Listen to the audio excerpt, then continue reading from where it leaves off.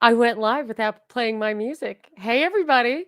Dum, da, It's da, dum, bum, dum, da, da, dum, That's one of da, my da, favorites, actually. dum, da. All right. We're not in an Uh, elevator. this is Monica Perez, joined by a pair of gals from the original crew. I gotta say, propaganda report gals. We got each other through lockdown. It is Ash from Think Change Repeat, also Union of the Unknowns, like Stella Q, also of the Coodles. We Yeah, never who talk knows? about it. It was only in the newsletter. And also of whether or not. And by coincidence, I cleaned my office yesterday, this half of my office, to be honest. And without even thinking that we were going to do a show today, I put that book. Ah, It's not anonymous, is it? fess up. You're bought Yeah. and paid for. Checks in Yeah. the mail. Bought and paid. Yes, I'm getting royalties from the big money that this is generating. Where has our blue sky gone? If people want this, there's two things. I don't know if I can start the show with these two radical thoughts, but I'm gonna in a second. If people want this, where would they get it?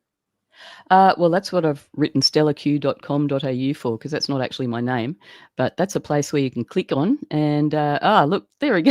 It's spreading like a virus. Oh my Stellaq. gosh! Oh, that's so funny. Okay. Yes, one of So my biggest supporters there. Stellaq.com.au is the place where you can go, amongst other places, but that's the quickest way. That's STELLAQ, no R. It's got all the clicky things where you can get stuff, which is just a book. Well, I am changing my view on a couple of things. I'm not going to open up the show with that because it will derail from some of the bigger Yeah. concepts that we're headed for. So, both of you guys came up with ideas. Stella bizarrely did not actually share the specific ideas. She just said, I got a bunch of stuff written down. We can talk about it on the air. But Ash told us that she wanted to talk about some pretty obvious things for us to talk about, current events, what I call control alt media. I'm not the only person who calls it that, but yes, that uh, mind control, programming, cults. We're going to get to all of that. But I was surprised to see that you had said you went down the Vietnam rabbit hole, which wasn't even on my radar. Although my much older brother was in Thailand during Vietnam in the Air Force, probably the only guy who actually signed up on purpose. So it should be on my radar. What do you got?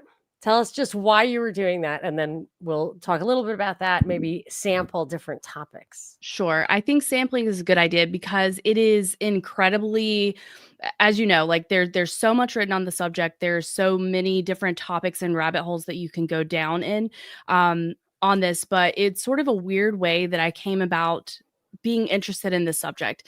So I was interested and have never lost interest in a 25, almost 26-year-old missing persons case from Western North Carolina.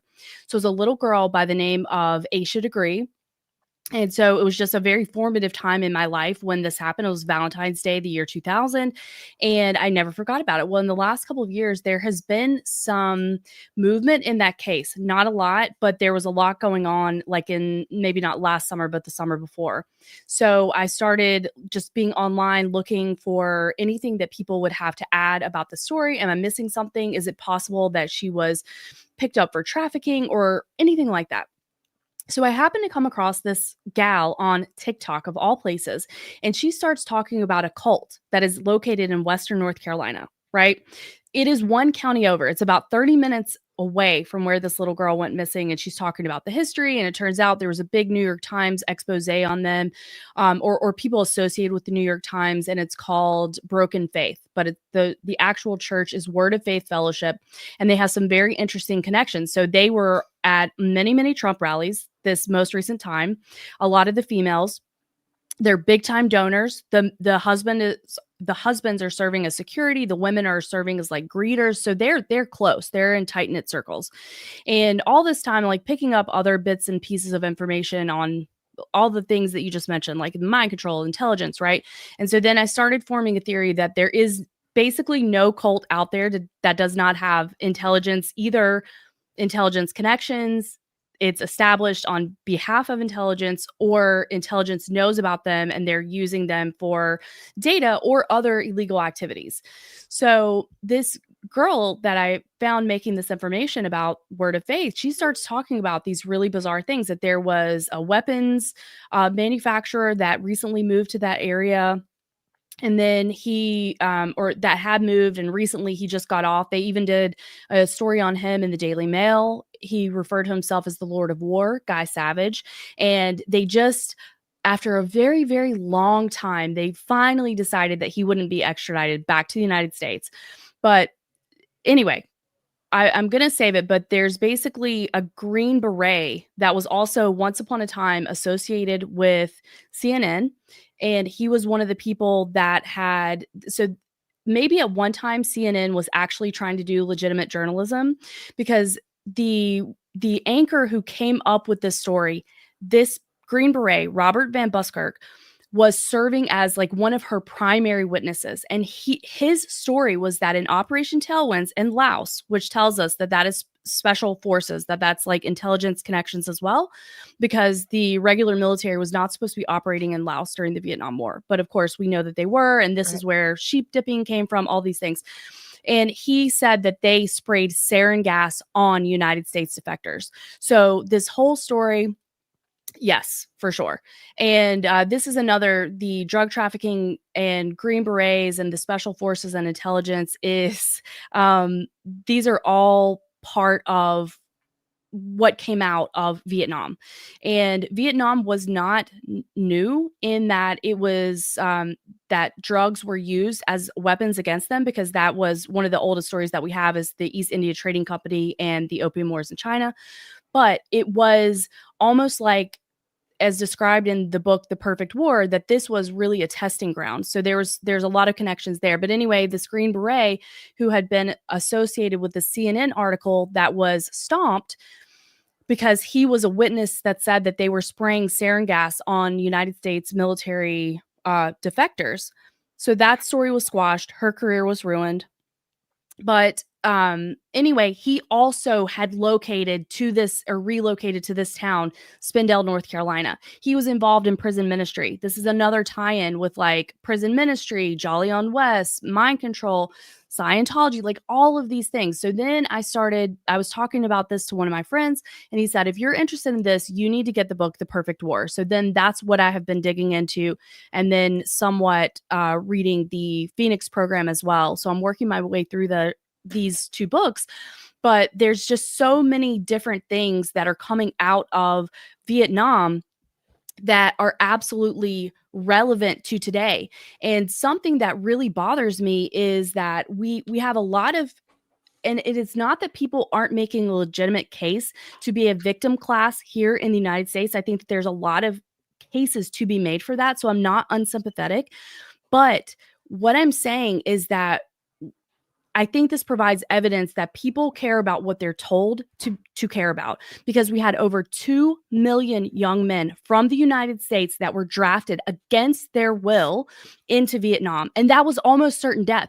So by the end of this war, like the casualties of American soldiers, it was like, I think the number that I read was like 60% were conscripted men that died in this war. And that's to say nothing of the 3 million deaths approximately of the Vietnamese that died. So we have all the things. We have spy, we have CIA intelligence, we have an potential association with the assassination of JFK, because he wanted a limited war. We have some of the old boys club. We have, the Dulles brothers, William Colby. We have, of course, JFK, LBJ. We have the counterculture movement, Laurel Canyon. Like, just so many things have come out of this that I truly feel like it's a cornerstone. And Operation Phoenix was also part of intelligence gathering. So they were taking pictures, they were taking fingerprints. So this was, and the argument that's made by Douglas Valentine is that this was part of the birth of the surveillance state. Okay. So this book, Surveillance Valley, have you come across that? I have not, but I have now. It opens, it's by Yasha Levine, but it's a real, like, mainstream book that you would have seen like on a Barnes and Noble table. But it opens with the fact that basically the internet and the surveillance state began in Vietnam. So you could just like start on page 1 with Surveillance Valley before Yes. the limited hangout kicks in, which I'm sure by the end it gets to that. Well, Yes. that's interesting, isn't it? Because Vietnam have just introduced a digital ID and frozen, what was it, 85 million Oh. bank accounts? So there again, they're sort of, well, they're not the first, but they're certainly one of the first of the 100 countries who are going to implement it. Yes. Training Yeah, ground. good I point. truly Yeah. think. Mhm.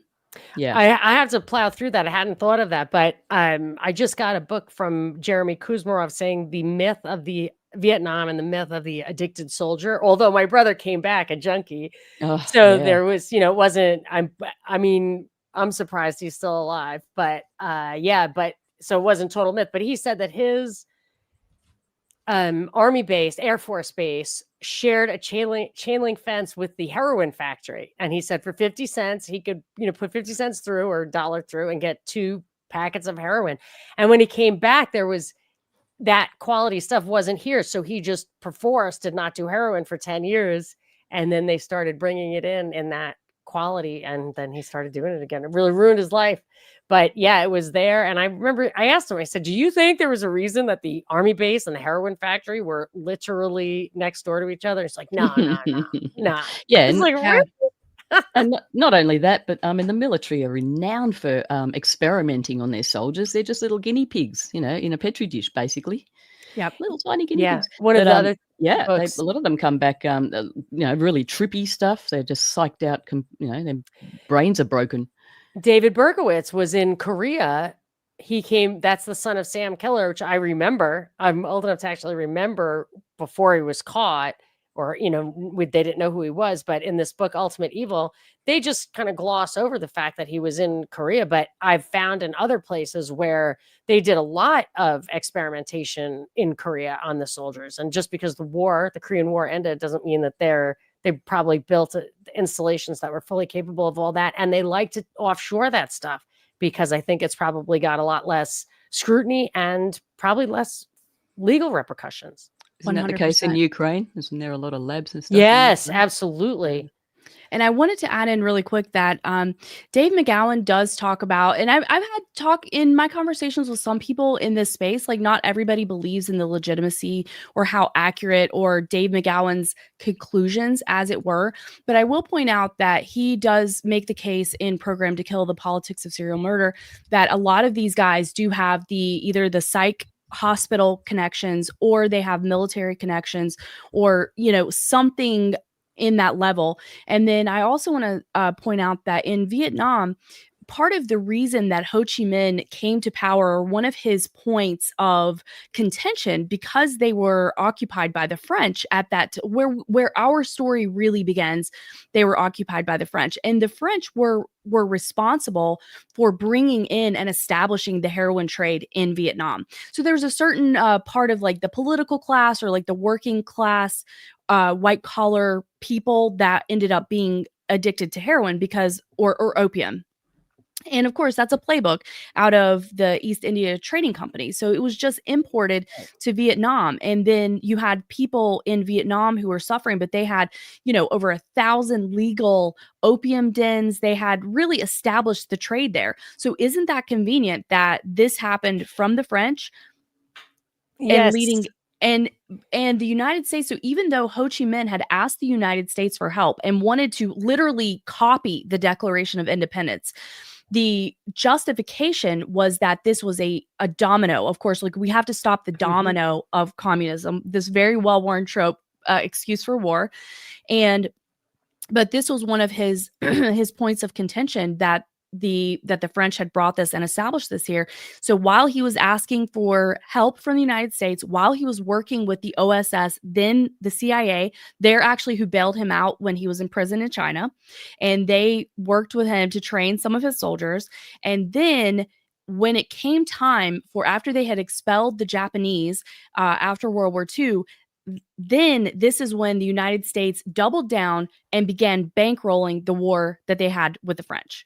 So it's also messy. A couple of things. One is, I think Berkowitz coined the phrase "program to kill." I was watching an interview with him and I cut the clip for Scott and William because they say they love that book so much or talk about it so much. And that's where it came from, but they already knew, of course.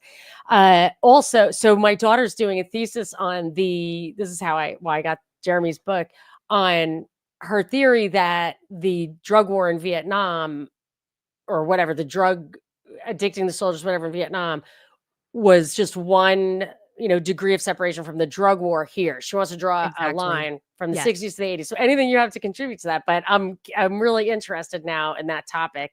Yes. But I want to talk about the cult stuff and the mind control stuff. And you immediately said, already you wove in that these people are at Trump rallies, and I never even thought. I noticed during the Trump, and Stella, you probably wouldn't have noticed this because you're not here, but Ash, I don't know if you noticed it either, but I absolutely noticed it like crazy. How many people from listeners who I keep in touch with, guests on my show, my relatives, who said to me before the election, this most recent presidential election, you have to vote for Trump. Just make an exception this one time. Go vote for Trump, because if not, we'll have Kamala Harris. Whatever. I'm like, are you out of it? But if you don't do Trump, we'll have this thing.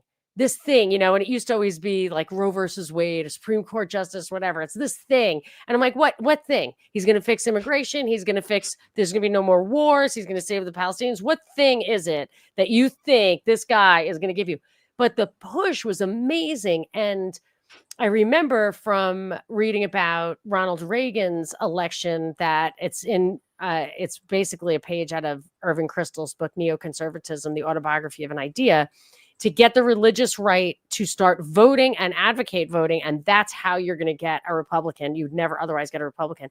So I think a lot of networks were activated to get Trump like physically elected, which proves to you that they don't just press a button and tally votes. Like they have to, it's got to be close. Whether you're going to steal it or not, they do have to get votes out. And you're saying, I mean, does either, and I guess my question is more like, how much are cults, Satanism, Program to Kill, any of that stuff still an active and important part of the power structure today, whether it's here or in Australia, around the world? Like, what do you guys think? Stella, do you want to go ahead? Well, I was just going to sort of comment on the fact that Julian Assange came from a cult. That's an interesting little. Yeah. I mean, do either of you think he's real? Because I don't. Well, I think he's created in the sense of, mind control created type thing. Whether he, had a choice in it or not, probably not. Because people are born into. But I mean, do you think that he's created? Literally defying the authorities to get hidden information out, or he's a honeypot?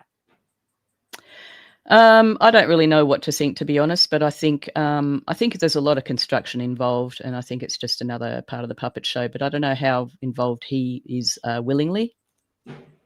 Yeah, he might not know about it, but when he got in bed with the Edward Snowden, I think he probably knows about it.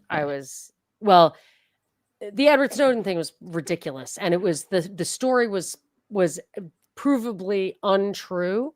So when they started saying, "Oh, he's working with Julian Assange," I'd already had no faith in Julian Assange, and then that was just like, okay, that is an actual CIA operation. Ash is nodding her head. No doubt.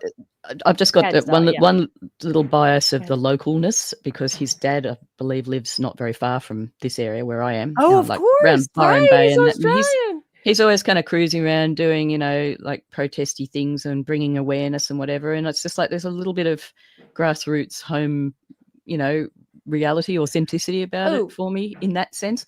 I haven't met the man. I really should make an effort to go and do it. But I don't know whether he's still active now or not, now that Julian's disappeared down into the bunker. But who knows? Yeah. I wouldn't. Yeah, I think it would be total. I wouldn't have an opinion on his parents, his family, that cult, but a cult is probably a good way to carve the pathway. It's just like Programs to Kill says, like child abuse and stuff. These are ways that you shape a mind to be able to do this stuff, because I can't even believe some of the stuff that we see people, even Dick Cheney, who just died. I'm like, I can't, what were you thinking? Like, what were you, I mean, do you want to go to hell? You know, maybe Yeah, they just become programmed robots, basically. Yeah. Tools.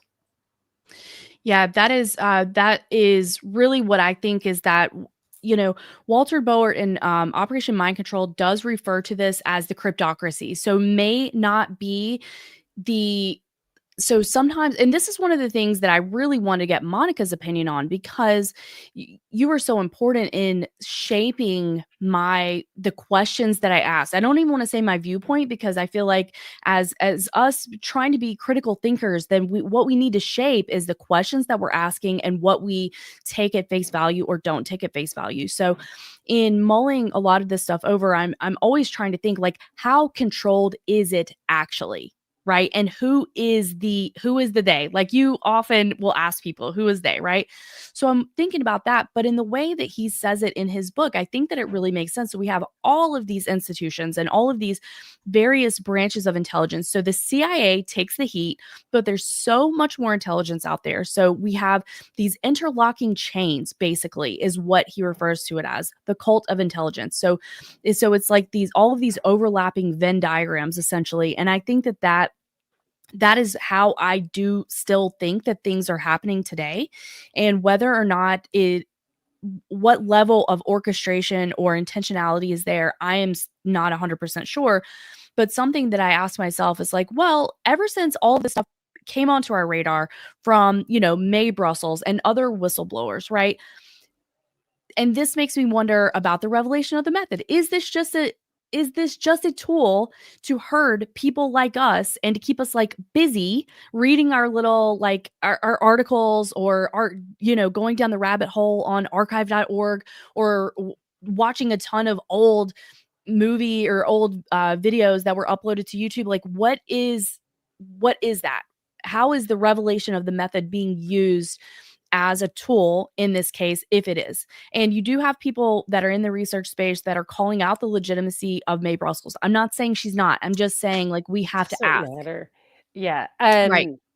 So in my opinion, first of all, there are limited hangouts, and they're legit people, both of whom will put out a lot of really hard truths. I think this is just all my opinion. And there are people who just completely fabricate stuff, disinformation. That's something different. But what I think is going on here is a lot of information gathering, of psychological profiling, of understanding how people work, of learning how to create. One of the goals of Google was to understand the psyche through searches, which are, they were saying, much more effective than Facebook. Like, it's like an artist criticizing his own art. It's not as good as a critic. You don't really know what you're doing, but just peeling those layers, really understanding people, makes it easier to create birds of a feather, to create crowds. Crowds create power. Really, they're a multiplier of power. So not because it's more people, but because the crowd makes a person not follow their own instincts. This is, I think, well established. So what they want to do is create crowds, virtual crowds, that are not anybody but you and the surrounding entities that you perceive that are going to influence you. Will enhance this dysfunctional subculture, which they want to do. And I think that they really get so much information from us out of our conversations. I think I don't, that doesn't make me stop doing it, though, because the cost to them in energy, it's like, look at, it's AI is both literally true as the fact and also a metaphor for the amount of energy it takes them to control the kind of mind of man. So yes, we're giving them information, but I think we have an obligation to have that. I mean, not to give up. I mean, at least to go down fighting. I don't care. The revelation of the method thing, I think, is two things. One, I don't really think it's their way of face saving or being ethical. Maybe it is. I don't know. I would say it's two things. One is it's a provocation. It's also very divisive. They made sure it was really divisive, so that one side, they didn't tell everybody get the vax and hope that 60% of the people did it. They said to some people, don't, only Democrats get the vax. And then all Democrats got the vax. They got 60% without even trying. So, I mean, I'm like just shorthanding it. I have no idea what the real truth is, but so it's very divisive. The conspiracy stuff is whatever. And then I do think that if you want to give them credit of being actual human beings, which is hard to do, that they are bragging, that they are telling each other, I'm doing this, and not just bragging for their own ego, but if you want to, I'm sure there's some vying for power, because you can get pretty high, like the high staff position, not the command position. But I've been to a handful over the years, because I went to Ivy League schools, a handful of like things like conferences or whatever. I never go to the reunions, but I've been to like invited one thing or another. It's like, oh, that could be interesting. And and you could talk to people who are pretty high up. I talked to somebody. It was really crazy, because it was like, oh, we're going to keep our conversations confidential here. And I was like, oh my gosh, they do that. So it was just a reunion. And, but one of the little seminar things. And so I can't say what think tank this guy worked in, because it would be rude, I think, to the host, but he worked at a think tank. And I was like, oh my gosh, remember when they did that thing, that complete lie that was just completely started a war and everything? And the guy got really afraid. He's like, what are you talking about? I was like, don't you remember that leaked audio? And he was like, blah, blah, blah, blah. And I was like, wow, are you not knowing about this? Or are you like mad that I know? And I really think that he really didn't know it. Like, he didn't know it. And this is a really high level guy right in the belly of the beast. And I thought, wow, like, you guys really don't want to know. So so at that level, people are still thinking that there are chess pieces moving around and all of that. And if you need to prove at one of those echelons that you are in control, you will have an event 201, and you will say, look what I'm going to do. And then even if you have like, I always think that Uber guy, Kalanick, was a little bit of, not totally controlled. And then they kept trying to get rid of him.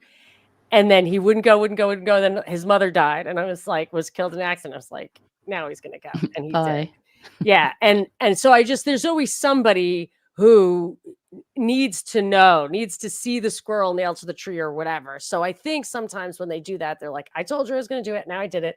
So you might want to get in line at this point, that kind of thing. Great. So that was a long answer, but that's my overview. I mean, I think it's very controlled at the top, very. But I met somebody recently who I had worked with, I mean, so many more than 20 years ago, and probably not even going to really count right now, lest I actually arrive at the right answer. Real bigwig. And he was telling me, like, what a monster Putin is, and like, we need to save Ukraine. It's like, we did that coup, and we were. This is like kind of a big, a person I should be really showing respect to. I was with my family when we, met him for dinner or whatever, and I'm like screaming at him in this nice environment, and my son was trying to like, Mom, you got to stop, and I was like, but he's wrong. He's like, yeah, I know he's wrong, but you have to stop yelling at him. Like, it's like, oh, okay. But like, the guy was yelling back. Like, I just couldn't believe it. I couldn't believe that he did not know the truth. And that's when I was like, okay, you guys are kidding yourselves. But I still think there's a lot of, it's just control from the top. And that's what makes me start thinking it's like, the Rand Corporation, like the US kind of military industrial complex after all, and not lizards and not Zionists. Like, they're all useful. I mean, I don't know about the lizards, but like, everybody's useful in this thing. They're all tools, but I just can't help but thinking the people who really understand what's happening at the end of the strings the marionette is manipulating are like at the Rand Corporation. What do you guys think? The interlocking circles. I mean, I really do think that, and it probably the rings get smaller, but if we were to do a huge Venn diagram, or if we were to do a Lombardi map, right? Like the artist map, Mark Lombardi, and Richard Grove does his mind map based on that. Seven Seas has the map based on that. So if we really did that and laid it out, then I think we would see the same people at the top, right? But there's all the connections go through the whole thing, the whole web. That's maybe kind of how not I'm seeing it. at the top. Maybe they're hot spots. Yeah. You know, like if you think of it in a web, it would be, you know, hot spots. Yeah, I think that's very fair. So I think that is an element. And a couple quick things before we hand it back over to you and Stella. When we were talking about the influence of like the conservative evangelicals for this movement, I absolutely think that that's very important. So one of the things that was talked about in regards to the Word of Faith Fellowship cult was that they run the politics in that town, because they're established there and they have continued to grow and bring in members, and they manage and they tell people who to vote for. So if you are not in line with them, then you are not getting uploaded in that town. So the county is Rutherfordton, and the specific town in North Carolina is called Spindale. But that is what at least was said in the book Broken Faith about the Word of Faith Fellowship. And so I definitely think that these people are very influential and very important. And then as far as what we were talking about with creating these people, I do think that there's so many allegations of abuse whenever we hear about about a cult being exposed. So often abuse is one of the cornerstones that is discussed, whether that is from, you know, harming children in an adult way, or whether that is simply corporeal punishment, basically like spanking, beating, restricting food, things, all these various ways to hurt children and people and cause them to get in line. And I think that overlaps with so much that we know about techniques that have been used in mind control, and how they end up creating someone with these compartmentalized personalities or dissociative identity disorder. So I definitely think there's a connection there, and that we have to see who promoted him. So like I see he was connected to Oral Roberts, and I guess the one that is mentioned in Jim Shaw's book on the Masons, I think it was Billy Graham. I think it was Billy Graham. So some of these guys are, you know, according to, I don't know if Jim Shaw mentioned him by name, but it was like you could figure out who he was talking about. He said that they want him to be a 33rd degree Mason. He was in the initiation ritual. There was, I think, presidents there. One of these evangelical leaders, I think it was in maybe at the UN Luciferian Chapel, perhaps something like that. I can't remember now. Maybe I read that somewhere else, but and that's when they reveal to you that it's not God they worship, and that's that. But so then I realized, like, you could probably trace, you know, anything that's really catching on like that. I think gets promoted even by virtue of the fact of not being quashed. For sure. Squashed.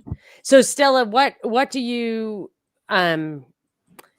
I want to back up a little bit. The two things I want to talk about, like, are what do you think is that structure, and what do you think about the influence or the prevalence of the cults, and anything that Ash talked about? I'm happy to hear what you have to say, but I want to make sure you hit those two. Well, I just wanted to sort of segue in the very last bit there. I mean, it's a great segue to Australia, the whole child abuse and all that, unfortunately. I mean, there's a heck of a lot going on in Australia at the moment, as there is everywhere, but it's sort of like, take your pick. What do you want to talk about? We've got machete amnesties in Victoria. We've got the censorship, of course, with Julia Inman Grant. I don't know anything that's going on in Australia right now. I'm really focused on how long we got. Yeah, no, just whatever you think is most interesting, or maybe most of a best warning stuff. Well, I suppose just following on from what you guys were just talking about, how, you know, interconnected and interlocked and everything that it all is, and what Ashley just said too about a lot of it does come down to abuse, and absolutely 100%, because even just in the last, I don't know, few weeks, I've been sort of following a little bit of a tale of here and there, just different things like past prime ministers and the Fabians, and the interconnectedness of. There's a fella here, Bill Heffernan, and in 2015, he had, well, basically, long story short, he exposed a huge pedophilia ring that was rampant and it involved police, it involved past prime ministers. There was a list of 28 of them.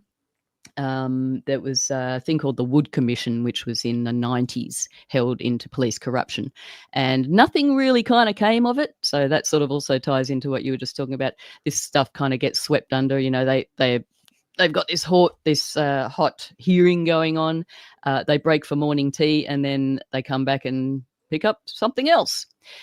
99-year silence orders on papers and names and things as well, all sealed. There was the commission into the police corruption. The outcomes kind of it got kind of hard to find out exactly what's improved, so to speak. But yeah, Australia, I'm always like amazed by, I don't know when it was, but when the guy, your prime minister, your president or whatever, the Queen just replaced him. And then everyone's like, oh, she can do that. I didn't even know that was she the could really Governor do that. General. Yeah, that was the Governor General, Gough Whitlam, back in 1973, I believe it was. So you just see 75. that it really is just still one Commonwealth, those echelon, the Five Eyes, the US. And about 10 years ago, I think I wrote a blog post that said, like, in my whole life, I maybe heard about Canada like 5 times. Like I never heard about Canada. They just didn't talk about Canada in the news. And then all of a sudden, it's like Canada's the next country over. Like, it's like, oh my gosh, there's a country there. Yeah, and like it seems big. Totally normal that we talk to each other. Yeah, and it's big and everything, and they speak English and they kind of whatever. And like now all of a sudden half the people I talk to are Canadian. I'm like, I wrote the article saying actually it was a warning to Canadians that they were going to experience false flags. And I mean, I guess they did some, but I didn't anticipate this. But of course I can see now what it is. It's a stepping stone to union. But there is still, that's for us, but that's to get us unified. But we could see with COVID that union, the global union really seems to have already, for all effective reasons, they don't have the right to enforce laws or to collect taxes. That's why they're doing this. I think that's what a real government is. And then of course that's the end. But it does seem like that global network is the key has turned. Yeah, I was probably a little bit long-winded with all that, but what I was sort of getting to was how this whole Wood Royal Commission has ties to, for instance, one of the past prime ministers, Paul Keating, his daughter. Now I started looking into her a little bit, Catherine Keating. Now she's tied to Jeffrey Epstein, Ghislaine Maxwell. She was an executive producer on a show called One on One. One-on-One Productions, which I think was her father's production company. But she had an interview with Ghislaine about her project, which I talked about 3 years ago, Terramar Project. Brought that into the Union of the Unknowns at some point. And that was Ghislaine Maxwell, and that had to be abandoned because of all the Epstein kerfuffle. But prior to that, that was, of course, based on her love of the ocean and saving the ocean. But cool, BS on that one. She's actually got she has a submarine submersible license, pilot license, of course. So that's how a lot of the transport happened between the islands, let's say. Because Joe Biden also owns an island opposite Little St. James Island as well. And he's got a submarine port under his island as well. How does a guy who spent his entire life in politics own an island? I think those guys because they own him. Big corrupt. Yeah, like I think the Biden's one of the perks. His whole entire family was in on buying and selling favors and accumulating money for him, and then he went in and pardoned them all. And then the scandal was that he didn't know what he was doing. Yeah. It's so And of clever. course, Richard Branson has his island there and everything, and that also ties to. It's even got ties to Stockton Rush, the guy that was killed on Titan, because I actually have this theory. I have this theory that because he was the CEO of OceanGate, and he was actually looking to kind of expand the underwater tourism, very untapped industry. And that, I think, was also part of either Ghislaine Maxwell's buddies to build an industry like that. But I think it actually goes deeper than that, no pun intended, but literally deeper than that, in the sense of there is some underwater bases and stuff going on down there that we have no friggin' idea. We couldn't even fathom, excuse the pun. Well, Kissinger did the law of the sea. Do you know about that? Kissinger did the law of the sea. Keep talking, but there's a thing called the International Law of the Sea that came out of the United Nations yes, in 1982. And I don't know the details of it, but people have warned me about it over the years. And it really, I want to know what the implications, but it's about international cooperation, regionalization. And I've always said, if you're worried about Chinese goods here, tariffs, trades, you don't have to have tariffs at all. If the United States Navy stopped policing the seas, there would be no trade. There would be nothing from China. If it's still that way, it used to be United States Navy was the only thing keeping the sea lanes safe in the Pacific. So I think it's because it's all about they want that interconnectedness, obviously. Yeah, definitely. But anyway, just back to the whole point is just the interconnectedness and the ties were just like, it just goes on and on, because you go, oh, hang on, who owns that company? And then, somehow bloody, what's his name? The Alfonso, what's his name? The child, James Alfonso, James, who it is, Ashley? Alefantis. Alefantis, yeah. Or Alephantis. The blood cooking thing or whatever. What's that called? Spirit. And his name comes into it. Marina Abramovic comes into it. It's like, oh, hang on, how come all these people are having lunch together? It's like, see, it's that's that revelation that I don't understand why. Like when they force that stuff down my throat, I'm like, yeah, I don't even believe it. But it's probably true. Why would it not be true? Same thing with Epstein. Like, I've had enough. It's like, yeah, but there's more. I'm like, yeah, but I've had enough. There's more. But wait, there's more. Yeah, I'm sure there's a set of kitchen knives involved somewhere along the line. But it just goes on and on. That just the web is because they're all part of the bloodline, part of the club. Got to keep it all together and keep this running. Foundation of evil, basically. I mean, let's face it, they control everything already. Like, let's pick it apart. They do basically control the weather. They don't control the weather. They control the climate crisis narrative, right? So that's basically kind of controlling the weather, isn't it? They control time because they change it whenever they like with daylight saving. Nobody really asked for that, but they do it based on the economy, of course. They control the data with credit and reward systems, because we give them our data by getting the carrots. And that's willingly. They already know everything that we buy. So what the hell difference is the blockchain going to make? Not saying it's good, not advocating for it. Our prosperity, they control all our wealth, the wealth distribution. They can control the stock exchange with one sentence from a very powerful person, or just throw some, BS into the mix. Did you ever see when Trump held up the chart of the stock market of the Dow?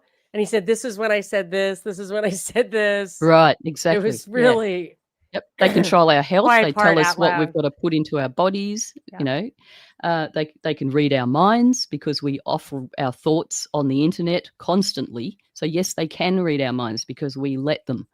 So, there's a whole web of control already. I'm just sort of, I don't know, I had this really bizarre, just humor me for a moment. I had this bizarre thought yesterday, which was, are we fighting against something we actually really just need to go through so we can come out the other side? Because the pendulum always swings, right? What's to say this all doesn't, like, we might go through a bunch of horrible stuff, but then maybe coming out the other side is going to be very prosperous. Maybe it's going to be better for the next generation. Who knows? I'm not saying that we should do it, and we shouldn't fight against or not participate. That's my version of fight. But yeah, it's just another way to sort of look at it. As like, are we sort of creating our own peril by not just going through it and, you know, manning up basically as We have to mankind? die with dignity. So I don't think you can just resign yourself to it. But I do think that it's okay to prepare yourself, your children, whatever, for the reality of the future. I mean, my father wanted me to drop off the grid, and I wanted to go to college. And I remember when I got a good job and I, you know, kind of clawed my way out of, I mean, it wasn't poverty, but lower middle class, like white New York suburbs is about as, you know, it's definitely the forgotten man territory, because you don't get the handouts and you also have no resources. So it was good to pay, to go to school, to get, you know, that to have a job, to, you know, whatever, have a down payment for a house and all of that. And I remember thinking, like, my dad sure was wrong. And then I was like, oh my gosh, you know, years later, it's like, oh, my dad sure was right. And then my kids, I'm like, hey, if you want the college money to go buy a farm, you can have it. And that's not what they wanted. But I think it got into their heads because one wants to be a lawyer, a defense attorney of like drug guys, whatever, and the other wants to be a doctor. And I feel like, you know, as we're circling the drain or transitioning, as you might say, those things are going to be useful. Like they didn't think I'm going to go build the machine. I'm going to, you know, go be a coder or whatever. And so I don't think you have to go down with the ship. I do think we have to put up a little resistance, but as I was saying earlier, like they've already got the kind of thing in place. They want to transition to like taxes and enforcement once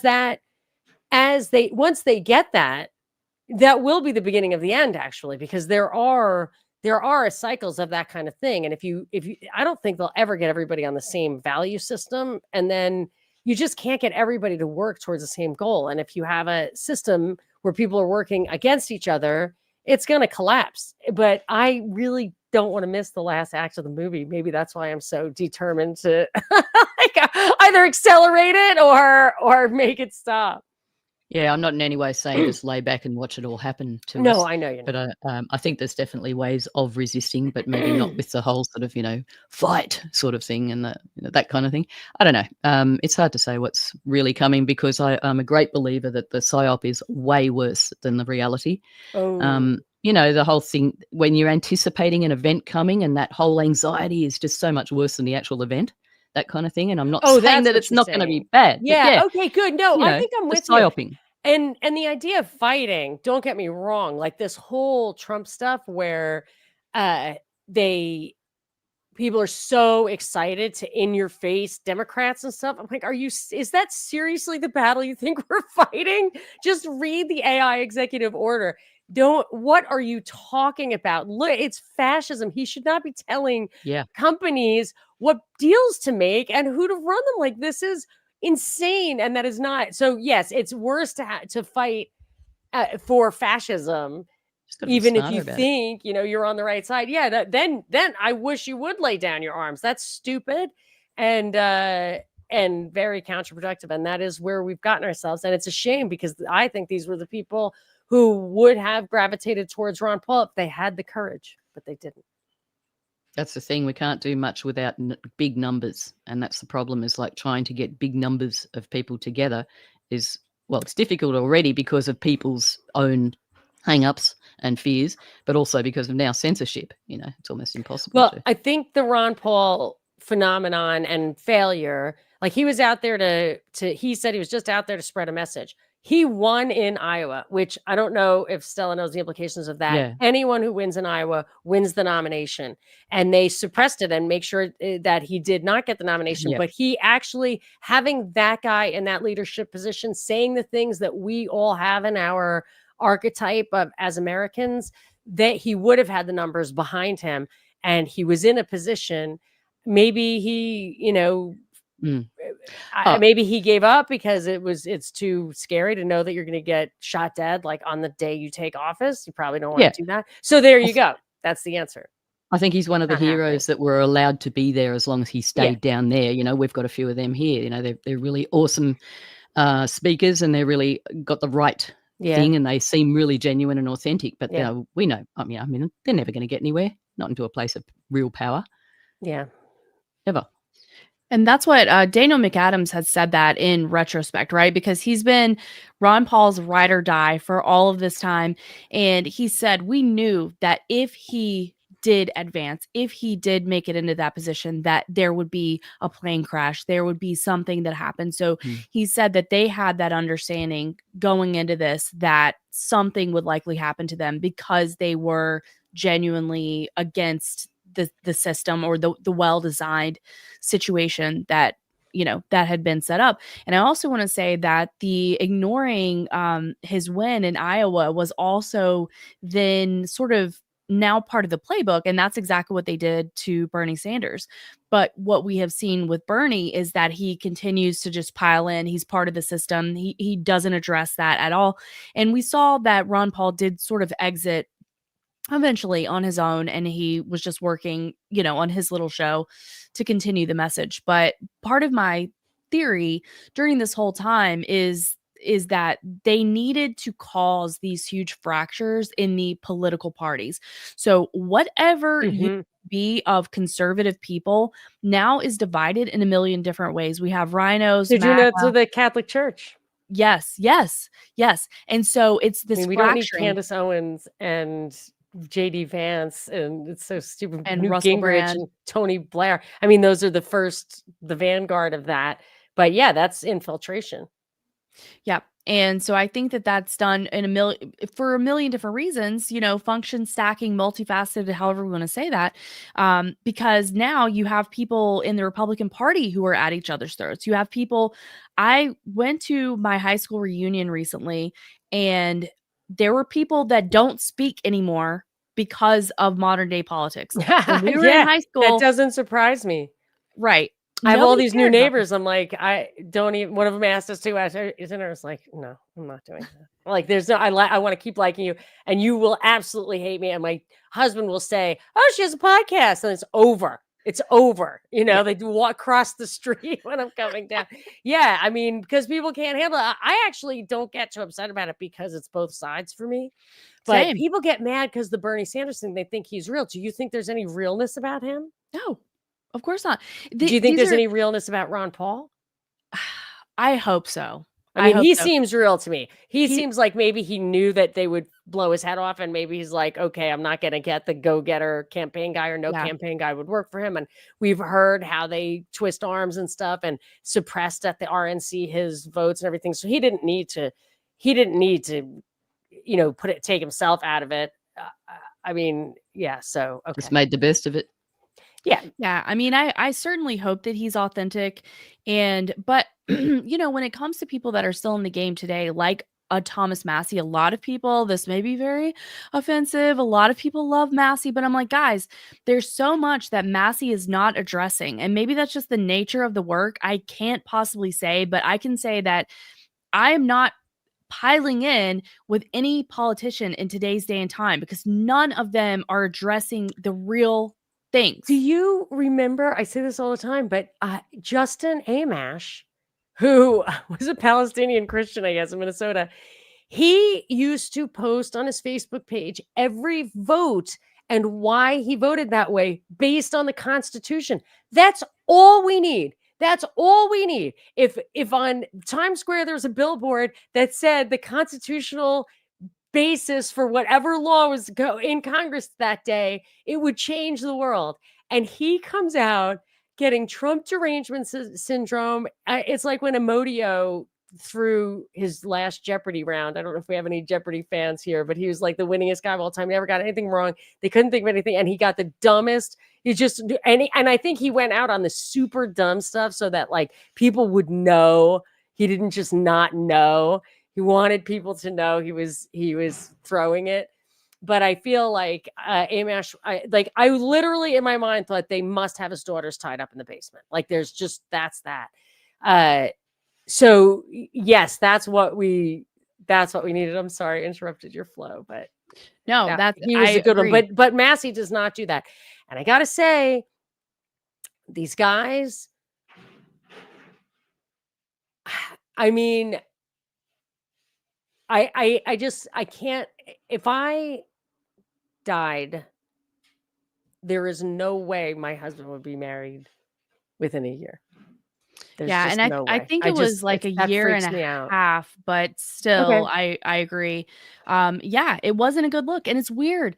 You know, we've got the Just Thomas keep it Massey glow up. We've underground. got yeah, Yeah. it was a strange Yeah, situation. you can So even if they got married, just quietly, even if he's, like, super religious or whatever, I just feel like I just don't like that. But especially yeah, since the death was shrouded in such secrecy and everything, and, you know, it's almost like playing into that thing, and why would anyone do that? And when Melania was tricked into saying something stupid at the RNC, she said she wrote her own speech. Obviously, somebody slipped something in there that Michelle Obama had said, and Melania it was pretty clear she needed to never say anything again, and Trump went along with it. right. So the message was sent, message received. So maybe, Yeah. you know, at a point, I think that because we do have so many questions about what is truly happening, what is the true amount of ownership that these people are under, is it threat to your family? And if that's truly the case, if it's a threat to your family and you believe them, then you'll do and say anything because But that's shouldn't you what matters. resign then? I would think so, I but hate to maybe say what if they're like, don't even Oh, think don't about resign, resigning? yeah. Yes, Dennis Kucinich was one of those people really I think he was true blue, just like a liberal who believed had a different fundamental ideology of principles than I have, but he was absolutely true blue, and I wasn't following it at that moment, so I've only heard reference to the past, but he got on a plane for some reason, he went somewhere, and when he got off the plane, he, like, voted the wrong way on something, and you basically never heard from him again. And I think they show you the Zapruder film. I mean, it's not that mysterious what needs to happen. They wouldn't have to say anything. They would just sit two MPs next to you, like two security guards next to you. And she's like, hey, how are you going to vote? Like, I don't know. You tell me. that's it. Yeah. Ask that guy. Ah. Yes, if frightening me says if blackmail isn't possible, threats are the next logical alternative. Yes, so I think the bottom line is, I think we've all agreed that, like, so Stella was saying, you need big numbers. You need, and I was saying that a leader like Ron Paul in his position could bring those numbers, and then we've pointed out that yes, that would never be allowed to happen. Never. And sometimes they will try to cover it up, and sometimes they won't. Sometimes they'll have Netanyahu get up and say, I did not kill Charlie Kirk. And you're like, oh, okay. What an odd thing to say. Yeah, that's weird. So, I mean, but he probably didn't. He probably didn't, but what a great opportunity. So I think we know what's going on. So then the question is, I have this book from the great Harry Brown called How I Found Freedom in an Unfree World. And I remember looking at this one passage and he said, don't do anything illegal because then you'll go to jail and you will not have freedom. And I was like, don't do anything illegal, but this system must be brought to its knees. And the older I get, and it seems like, he was a limited hangout. And the older I get, I'm like, he's got a point. Yeah, the thing is that if it's not illegal, they'll soon make it illegal because, for instance, the anti-protest laws that have been, coming into Australia, like we are not actually, we are one of, I think, the only countries that aren't protected by a certain human rights thingy. Well, you have the Queen, right? She's got your back. Or Chucky 3. Yeah. Well, yeah, kind of, sort of, not really, because the Governor General doesn't have a lot to do with. I mean, the Queen.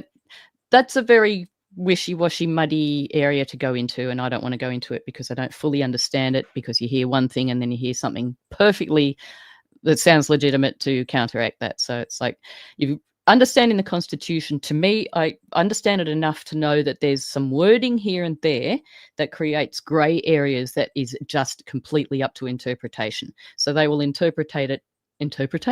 They will interpret it at the time to suit whatever the narrative is. So that's basically how there's so much confusion about it all. But we're not covered very well.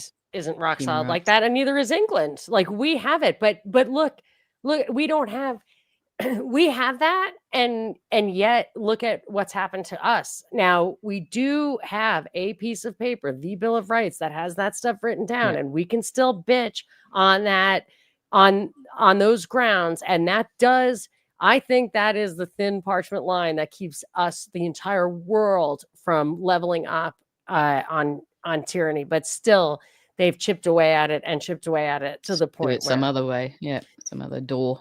yeah, but I think it matters to me. That's why I hate any suggestion of a constitutional convention or anything like that. You're absolutely never. We've got the document. You know what I mean? They might not be following it, but we've got the document.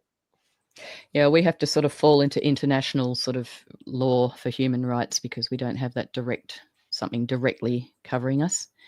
So yeah, I mean, at the moment, like with the laws of protesting, etc., in Australia, if you even use, they're trying to bring in the whole thing about if you use social media, you can be fined, to try to disrupt. If you try to block roads, for instance, so in other words, protesting to, try to save a forest or something like that, or even those idiots that glue their hands to highways, Well, I but mean, that doesn't happen here. blocking a road is illegal. You don't have to specify that that's not an okay Yeah, way to true. protest. It's illegal. So you A arrest a public person road, for yeah. trespassing. You don't arrest a person for illegal protest. That's the problem. Yeah, true. There's only 2 laws. Don't touch me or my stuff. Like, that's Yeah. it. There's 2 laws. And if you can't get where you're going with those 2 laws, then it's probably not, you're probably not authorized to do that. Even just a natural law in Australia, like, I feel like you could go down and say, like, just, you don't have that authority. I'm not saying you can do it, but I'm just saying, I would even say, like, I champion the Bill of Rights, and and people will say, well, we never even needed it in the first place because they're self-evident. I'm like, yes, I agree with you. However, you're not winning in a court of law with self-evident. That's the thing. I don't understand people who try to appeal to a broken system to fix a system that's actually not really broken. It's operating exactly as it should. Yes. So, it just defies my logic why people are trying to do that. But anyway, we have to, basically, we've all got to stop bloody paying tax because we are funding the whole damn Yeah. thing by paying Yeah. tax. And until everybody stops all at once, I don't think much is going to change. I asked my husband, he a long time ago, he got a raise, but he didn't bring home any more money because just the progressive tax rate. And at that moment, and we had just lost basically our whole down payment on our first house, which we have basically lost the down payment on every single house we ever bought for one reason or another. This, in this crazy hot Los Angeles market, how we managed to lose our down payment it took a conflagration of biblical proportions. But I remember back then, I mean, and this was before the scales fell from my eyes. I was like, oh my gosh, this is a scam. We need to stop. Let's move to Idaho. We're both lawyers. We can hang up a shingle. We have the exact same lifestyle. It's like, he said, I've come too far. That was so long ago. He's still like, oh my gosh, I'm so tired. So tired of doing this. Yeah, so you think you get into Ivy League schools that you've got this ticket to ride and that you're like, get way more than you will ever put in, but it's really not like that. And so there was no way for, I'm not the king of the castle. You know what I mean? You tie yourself to somebody under certain circumstances. We were both completely on the same page. And I used to worry about the moral implications of paying taxes, but in order to have a mortal sin, it's always fun to know these things. Catholics have a lot of rules. Somebody told me, like, how did you not get the highest grades in law school? Like, all the rules. I'm like, I only know the Catholic rules because it was not literally beaten into me, but like close. So in order to have a mortal sin, you have to have an extreme offense against God, serious offense against God, sufficient reflection, and full consent of the will. So this is duress. Like, we pay this under duress, so you can't go to hell. You might have to go to purgatory, but it's I suppose that's when, give to Caesar what is Caesar's. That's basically where that comes in. Yeah. Yep, the Fed. We've got to live in the system because that's what we live in, unless we go and hide in a cave. That's actually true. That's when I say the libertarians die by the sword, but they don't live by it. We do live in the system. And like my son, he can't work. We have paid so many taxes since we've gotten here that there's no chance, no matter any lifespan this kid could have, getting a couple $100 from Social Security a month is ever going to make a dent in the taxes we've paid. And I don't stop him from getting that. I mean, I could, and I've thought of it. And my mother was like, "Are you kidding me? That's your money. That's yours. Yes. You would have it in his bank account." I'm like, yeah, you're funding it. It's just yeah, and I in mean, a and in a circle. way, it's his. You know, like this is the system that I don't have it. He's got to get it, and he gets it. Like, you know, I mean, I've had people give me a hard time about that. But I'm just saying, you can't. I'm not getting my money back. Like Never. I'm not bringing down. Yeah, I can't even stop paying taxes. They will put, you know, as a family, will put me in jail. That's it. What are you going to do? I just don't, you know, I'm never going to vote in a federal election again because of the Syria thing. Like that's all I can do is like, I'm not even going to register my protests because I used to just vote for Ron Paul or my mom. I'm not going to even do that anymore. I'm like, I'm not going to touch your stuff because you're the devil. I don't know. As I've mentioned before, we get fined if we don't vote. Yeah, I mean, that's insane. That's you insane. have to vote. That's what that is. That's forcing you to comply. Forced complicity. Yeah. I mean, in a system not many of us believe in. Yeah, but I mean, that's the whole why thing. That's the whole thing of this, you know, making all these politicians look. I mean, the whole corruption thing is coming like to the surface big time in Australia, particularly now. It's really, people are realizing what's going on. ASIO is corrupt as hell. ASIC is corrupt as hell. It's all coming to the forefront. But I think that is also part of the whole system, so that we all go, oh yeah, those corrupt politicians. This whole system's corrupt. Let's break it all down. Oh, there's this new world order. Okay, yeah, that's going to stop all the corruption, is it? Oh, yeah, okay, bring it on in. And I'm talking about, you know, the people who have no really idea what's going on, but it all looks nice and shiny from the outside, doesn't it? It always does. The carrots always look very tasty, but then they, you know, by the time people sort of realize what's going on, it's a little bit late to back it up. So, you know, I think the whole political system is being torn down just so that, you know, it looks like it's a good thing when they bring in the one world system to the general populace. Yeah. And the other thing is that I just wanted to chime in that they have worked very, very hard on data collection, on modifying, nudging, controlling human behavior. So a lot of times this is something that for a long time I was really angry at people for not seeing what we're seeing and not understanding it and still believing in your like political person or still like a holdout, like, oh, we're Clinton Democrats or whatever they say, right? But I'm like, this has been cultivated, right, in a million different ways. So not only do we have the public school education where we know that this was designed in order to not create critical thinkers intentionally. We know that we have things in our food that affect our metabolism, that affect our metabolic health, our well-being, the medical industrial complex, like all of these things. And they all happen to be elements of mind control.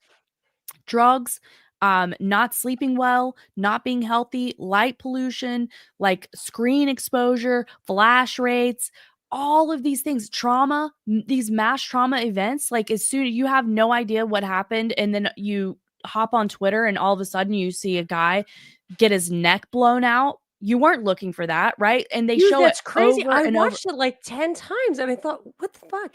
And then I finally was convinced that it was probably fake, like just by people who were sending me pictures. Like, I went outside and I blew up this watermelon with that exact bullet. Do you get it? And I'm like, yes, I think I get it. I don't know. I don't play with guns. I don't know. Right. I don't shoot people. And right. And I think that that's worth us looking into too, because I do want to touch on the like what we talked about with the control media. I think that's a huge question that I have.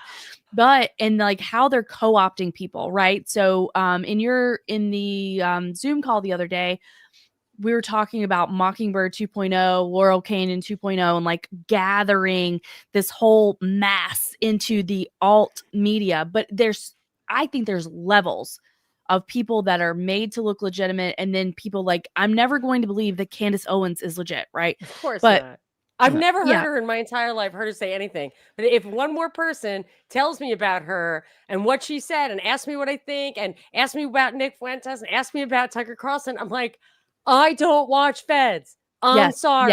Yes. I'm not interested. She's very good at her job, Monica. I will say, If you look into her history, but she's really good. Say it again, but really quick. So I just want to say, you have all these elements of what is what is mind control that have been mass exported. You have poisons, and this is something that you've talked about for forever. We're widely making weed, really strong weed, and these weed strains available. There's a weed store on every corner, but it's illegal for you to get raw milk.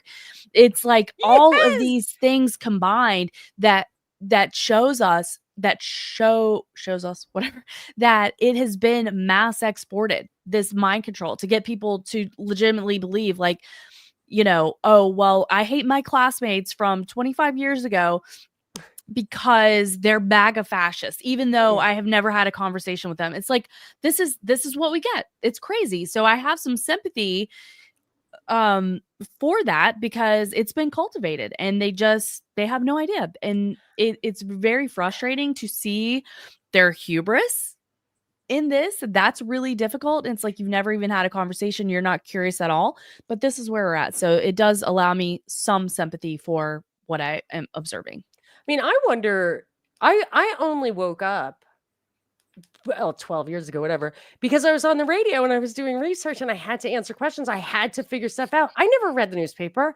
I didn't care. I just don't know if I would ever have. I just don't know what it takes, because I did not care. I hated the news. And my mother said to me that it's because you hate liars. You're not watching the news because you hate the lies. Or it was like the State of the Union or whatever. I couldn't stand it. And I just don't know if I would be woke. I don't know if I would. I don't know, Yeah, if I could just interject there on Frightening Me's comment there, how belief becomes yeah, I've been watching a little bit of Chase Hughes. I think he might be controlled too, and Sean Ryan definitely is. Anyway, the whole belief system thing, yes, every single damn thing that we know, apart from the physics of if you stick a knife through your hand, it's going to hurt. I mean, there's basic accepted universal knowings, but everything above that is only based on what we have been told. So that is based on what we choose to believe. Everything is a belief system. So to not be open-minded about lots of different things is just not, it's not functioning really as a human being, because we need to not have our minds controlled the way we have been indoctrinated. When most of us went to school. The homeschooling has just gone since 2020 and exploded, 400% or whatever in Australia, at least. So that's awesome. That is so good. I just hope the parents are all doing a great job.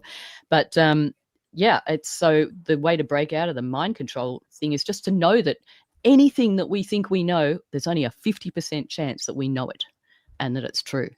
So, let's continue to be at least open-minded. It's the Christians always come back and say, oh, yes, but the road is narrow and blah, blah.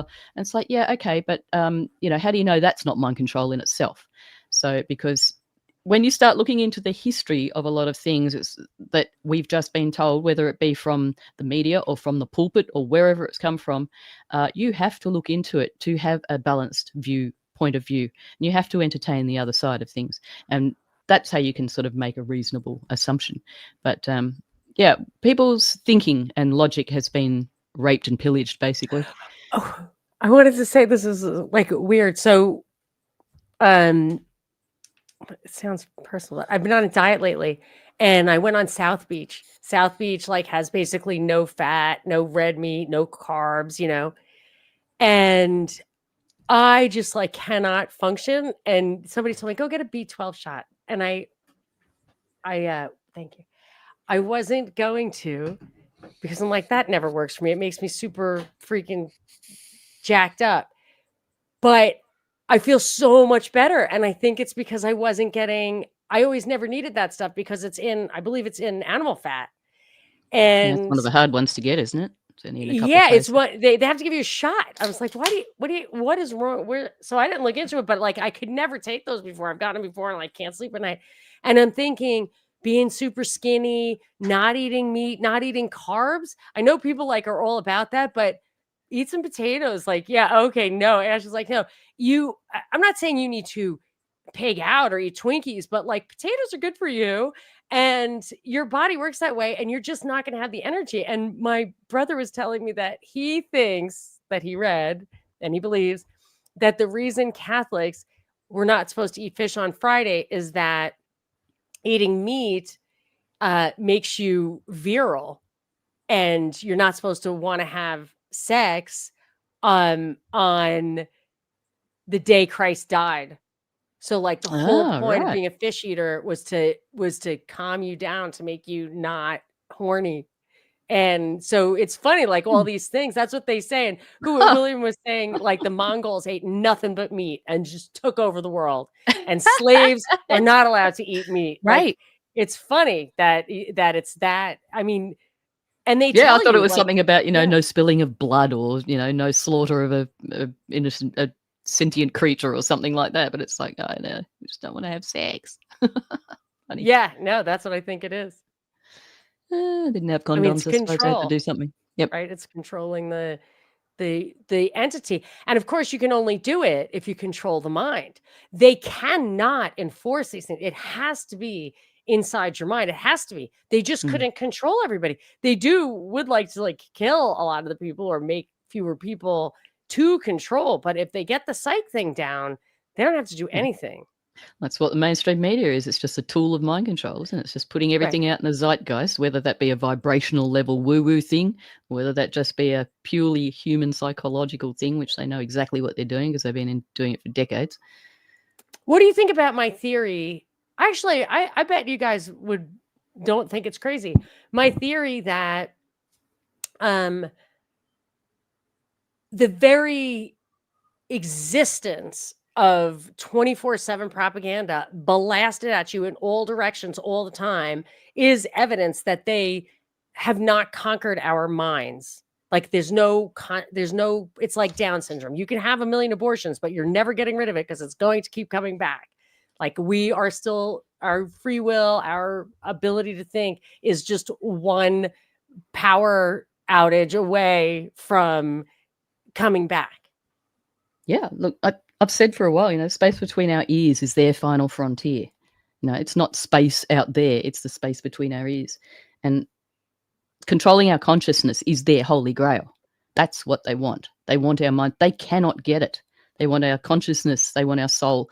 That's the one that's the essence of us that's out of their reach. And they must hate it, but they're doing everything they possibly can. They're getting everything they can. So it's up to us. We still have that will. We still have free will to not give them the attention. We might have to do certain, labor type chores or whatever, pay certain things to be in a system, but we don't have to give them our attention or our belief or our resignation. But that's easier said than done, isn't it? I mean, look, if anyone's taken a plane lately, you've been body scanned.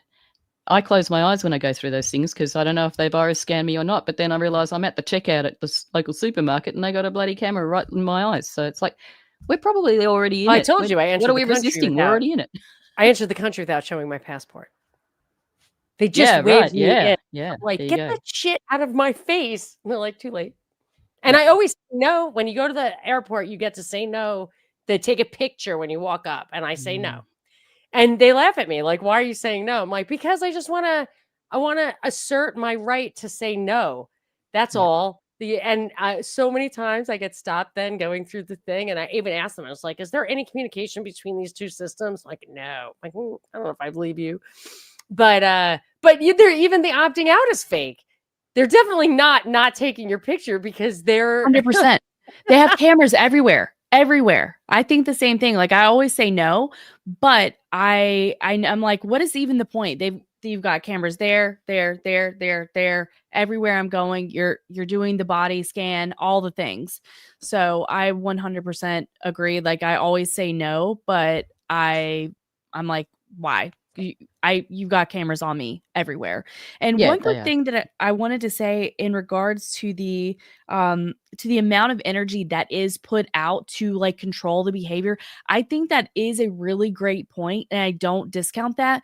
I also think that maybe it's like so many other things that we talk about, which what are they getting from it, which is usually function stacking, multifaceted. So I feel like the amount of information that they're putting out, it may be a lot of work for them, but it's also information warfare against us, because how much can you follow?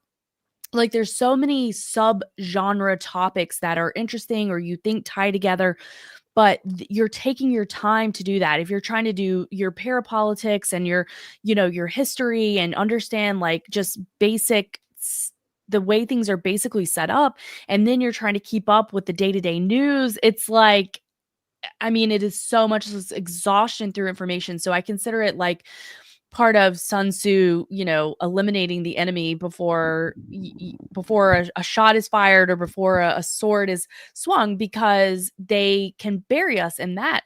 And so that in and of itself serves as a way to keep us divided, simply because everybody is looking at, it's like you're being swarmed by bees, is really how I look. So which bee are you focusing on?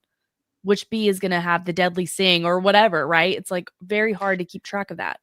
Yeah, and that's why they don't have to really cover anything up anymore, because they can just pull out information, blurt it all out, and it just gets so swamped and drowns in everything else. It just doesn't matter.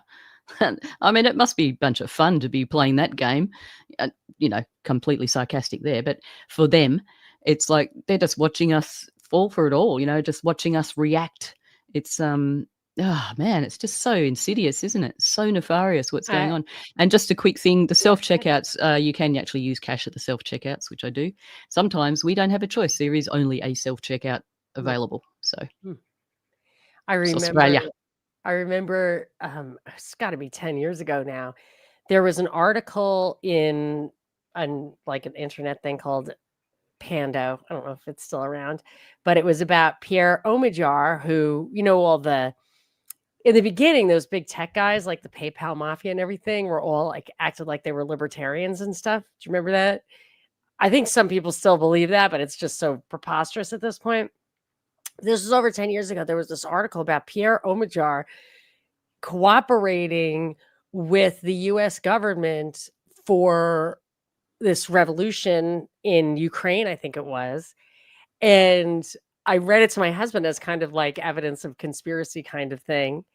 And he said, "Oh my gosh, that's going to be like it." I read it just when it came out. And he's like, "That is going to be all over the news tomorrow. Oh my gosh. That's like, I can't believe that. That's amazing." And it was like, it's definitely not going to be all over the news tomorrow.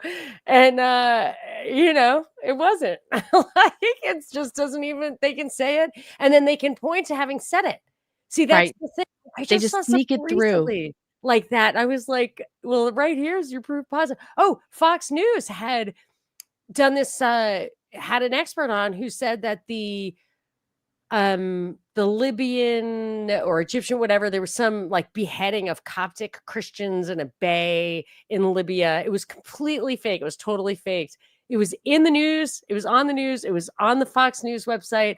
And still Fox, Megyn Kelly used to talk all the time about the beheaded Coptic Christians. I'm like, your own news station pointed out that that was not true. And they get to say, well, we did report that it wasn't true. Yes. Now I know that we are kind of winding down, but I really want to hear what your thoughts are on y'all's thoughts on the control alt media, because I think that because there's so many of us probably that are watching the show, that watch your show regularly, and I'm always trying to think like who is providing reliable information, who in this space on this whatever level, whatever tier from alternative media. And I'm not talking about the feds, right? So we're not talking about Joe Rogan, Candace, Nick Fuentes, Tucker. Tucker There is are my feds favorite. in the alt media that, Yeah, on our level who kind of right. corral. Yes. How do Keep an we eye. identify them? I know we're not talking specifics, but this is what I wanted to ask is like, what are you looking for? And I think you always have communicated that to us as your audience for many years. But this is something that I'm always thinking about, like, where can we get reliable information? Or is it like fruit? We eat the fruit and we spit out the seeds. But if we don't know that we need to spit out the seeds, then we're going to swallow the seeds, right? So, I mean, I have an answer. Yeah, I just always compare everything that is said to constitutional and libertarian principles. And you can, I mean, you can pretty much pick out every single person, unless they're like a true blue liberal, in which case they're not telling you to vote for Kamala. You know what I mean? Like Jeremy Kuzmarov is the guy who does Covert Action Magazine. And who knows? I mean, I really like him, but his book, the intro was by Oliver Stone. I'm like, what? So, but I mean, that's good, right? Like for him, that's good. And that's good. That's fine. Like that's a level to operate on, which is very useful. And some people just like Hervoye, we do on our cognitive dissonance together. He'll interview everybody. But I feel like I also have like ways to actually specifically, but I don't have any use for people who say things that are wrong. You know, I don't want to change places of power, and it's just bullshit. And anybody who gives lip service to the party thing or worships any of these people, but I do think that there are 3 levels: useful idiots, which so when you have like just a million podcasts that do not have a lot of views and say the same thing that you're hearing other places, you know, obviously we're all thinking, right? Like there's that. I mean, I think anybody watching this is going to know that we're all thinking for ourselves. Like you can tell when people aren't thinking for themselves. And then you have the next level, which may even be the highest level, but I'm going to say the next level of control is sponsored people, people who I was telling somebody the other day, like at one point, a kind of minor newspaper, no one's ever asked me to do anything. I had that radio show, which was amazing, but it was a family owned thing. And then when it was bought, that was the end of that. And all the stuff I said also contributed. But that somebody asked me, he said, I'm gonna send you articles, and if you like them, if you really like them, tweet them. And I was like, oh, that's right. And he's like, and then we'll retweet you, and it'll be great for everybody. I was like, okay, that's fine. And then like a couple of things, I was like, geez, they haven't sent me anything that I'm gonna retweet for a really long time. And I was like, oh, maybe they're just starting to then, you know, now I feel like I should, or like I was, so I just let it go away. But I learned something. I learned that that's how they both create and use influencers. And it's just little things like that that you can do. And I've always said, like, it's the thing you don't say. Like, it's the one thing that you don't point out when the time, you know, it's important to say something. Like if you, I don't know, if you didn't acknowledge what's happening in Israel, you know, or you say like that's all like a total scapegoating, it's really lizards or whatever, you know, if you're just like trying to excise something real, that's enough, in my opinion, to be like an influencer, you know, like selling out, buying in, whatever. I also think that saying that constantly is a way to get you taken out forever. And then there's that slippery slope where the useful idiots will just go full anti-Semite, which is not useful. And then there's the feds, the limited hangouts, the handlers.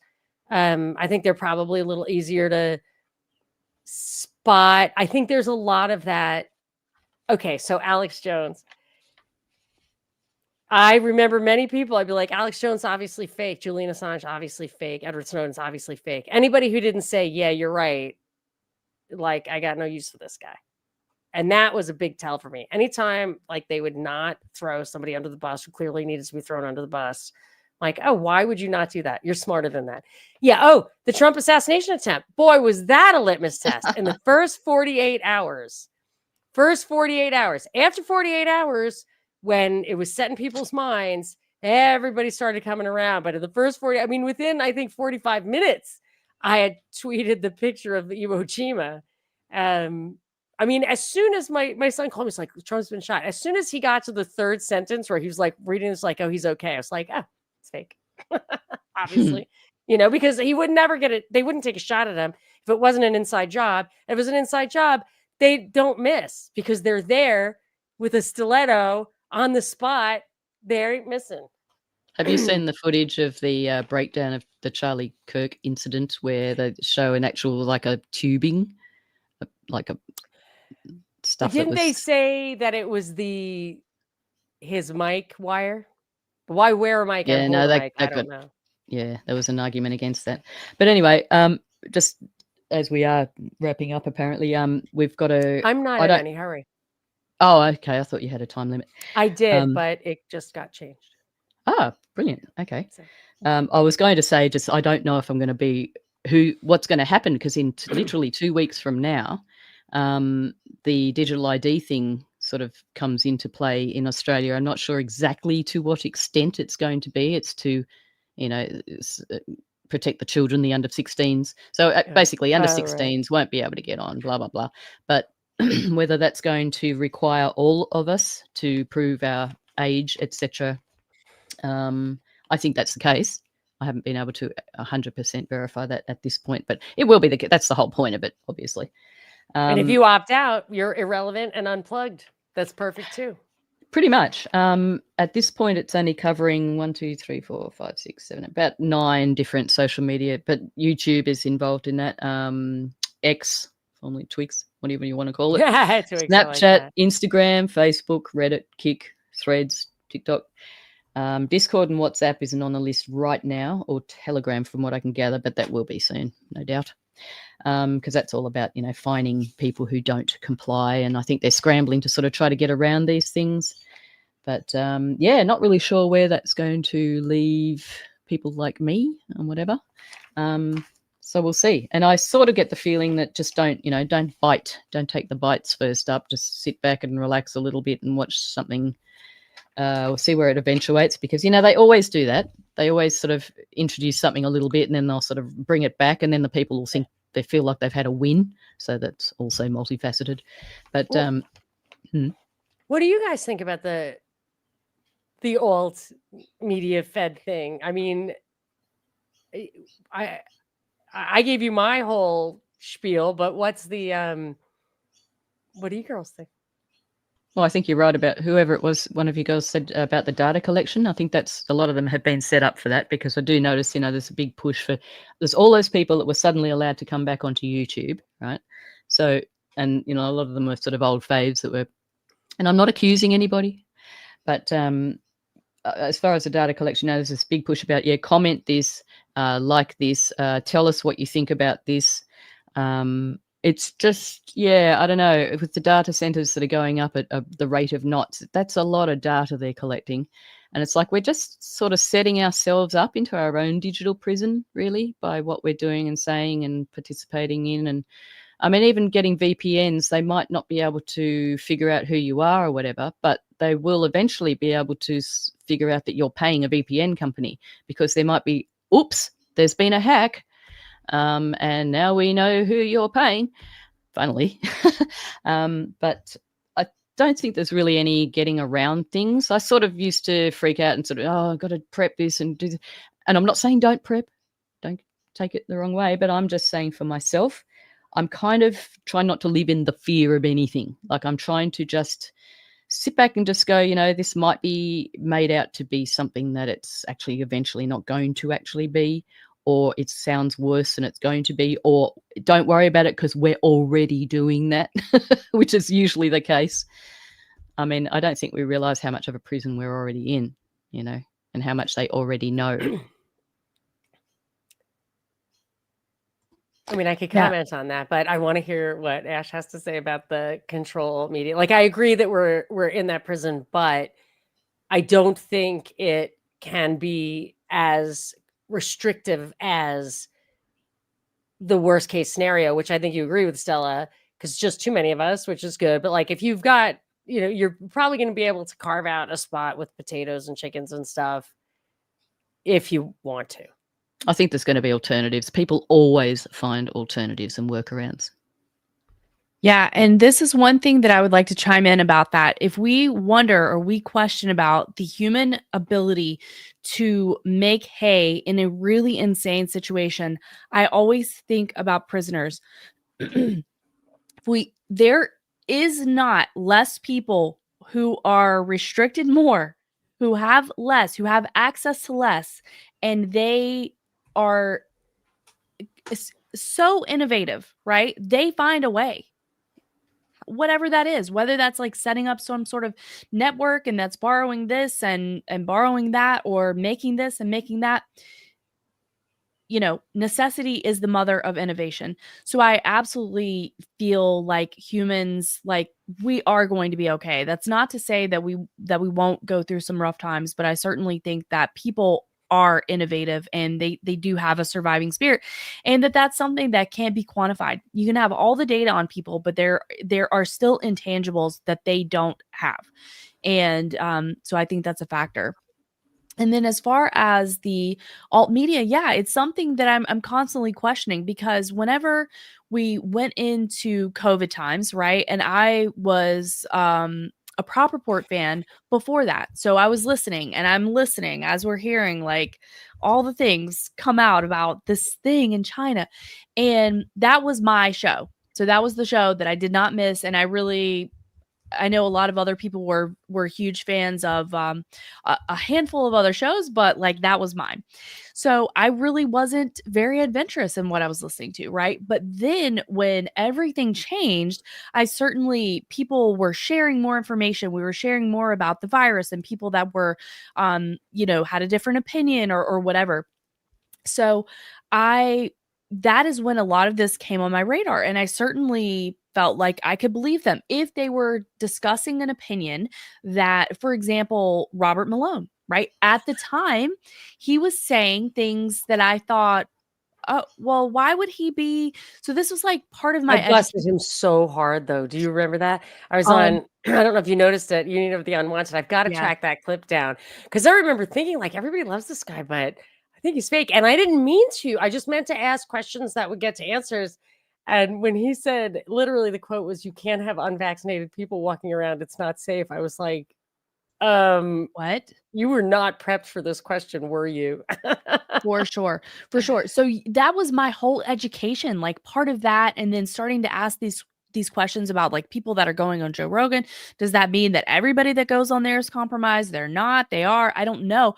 And then there's so many people in this space that they're authors. They're very, very, very, very popular. They are looked at as the golden ring of information, right? On a subject. And they're on people's podcasts and everybody talks about their work. But then you start to hear some rumbling, and you're like, well, this person, their parents are actually fairly connected. And it turns out that when we're looking at the people that make up the predator class, they have some of these similar things. They come from a very wealthy background. They just happen to be part of a gifted program at a special school. Like we're There's checking like things off. 5 people that I would like let in the bunker. There's 5 Right. people I'd be like, "Yeah, let that guy in." 5. Yeah.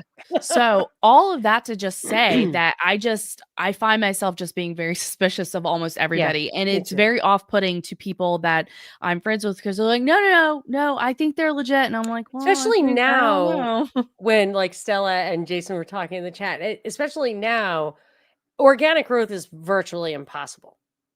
So So true. So true. anyone who's coming up and all of a sudden, like on 5 different podcasts at once, and I see it because what'll happen to me, and I fall for it every time, is someone will go in my DMs, someone who probably follows me, who I've known for a long, not like known like this, but like who I've seen the name come across. It's like, oh my gosh, did you see this new guy? Like, he's so interesting. Like, you should totally have him on your show. I'm like, oh, that's a great idea. And like, he'll copy the guy on it, or they'll tweet everybody. I'll be like, sure, that would be great.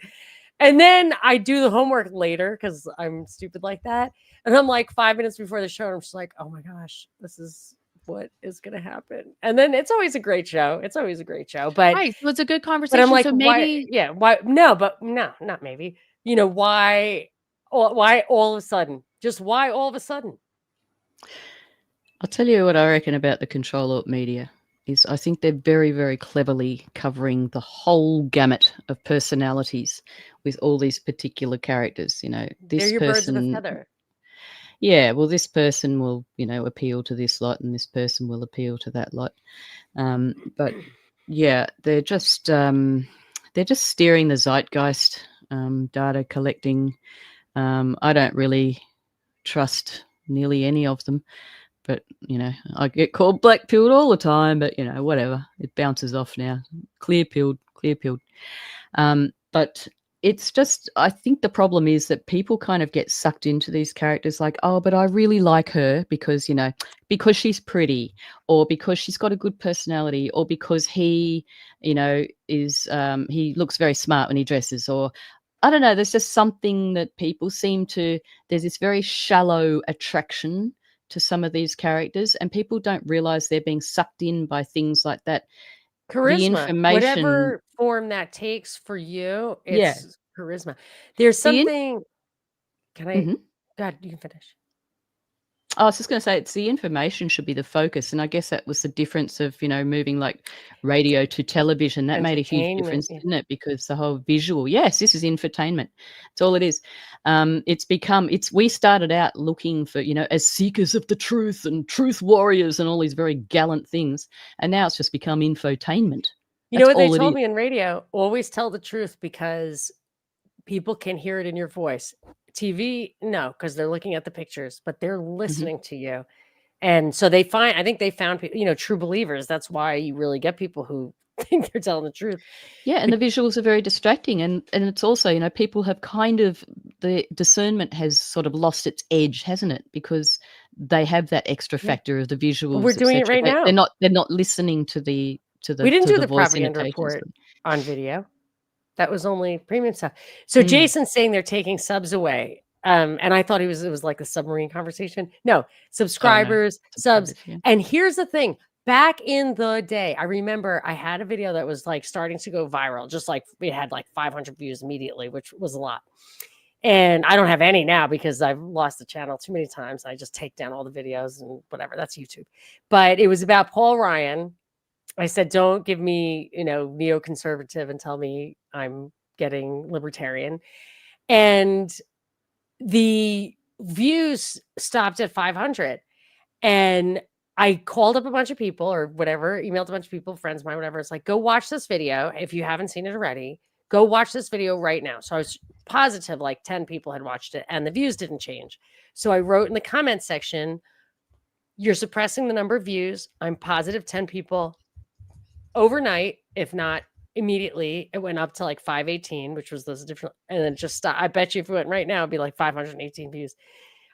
So I knew then, which was a lot, it was 2012, right? That they were suppressing that stuff, absolutely suppressing it. And it was such a mild thing to say, you know, when I think back of the stuff that we've said since then.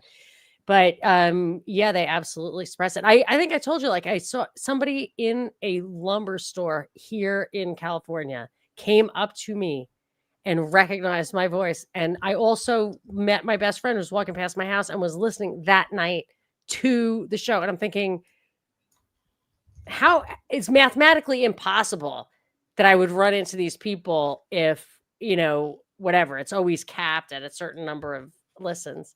But you know, you can't make any money that way. So that's a good way to keep, and you get demoralized.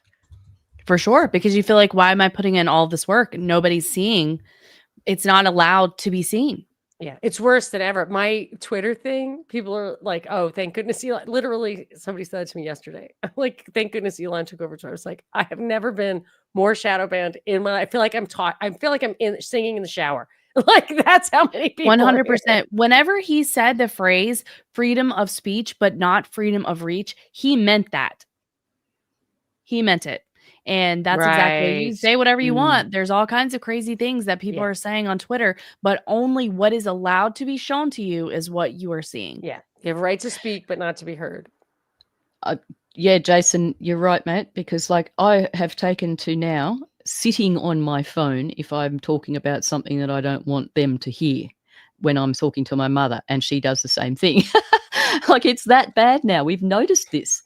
Like we will literally, I'll just, we'll get into a conversation, and I'll say to her, "Oh, hang on a sec, where's your phone?"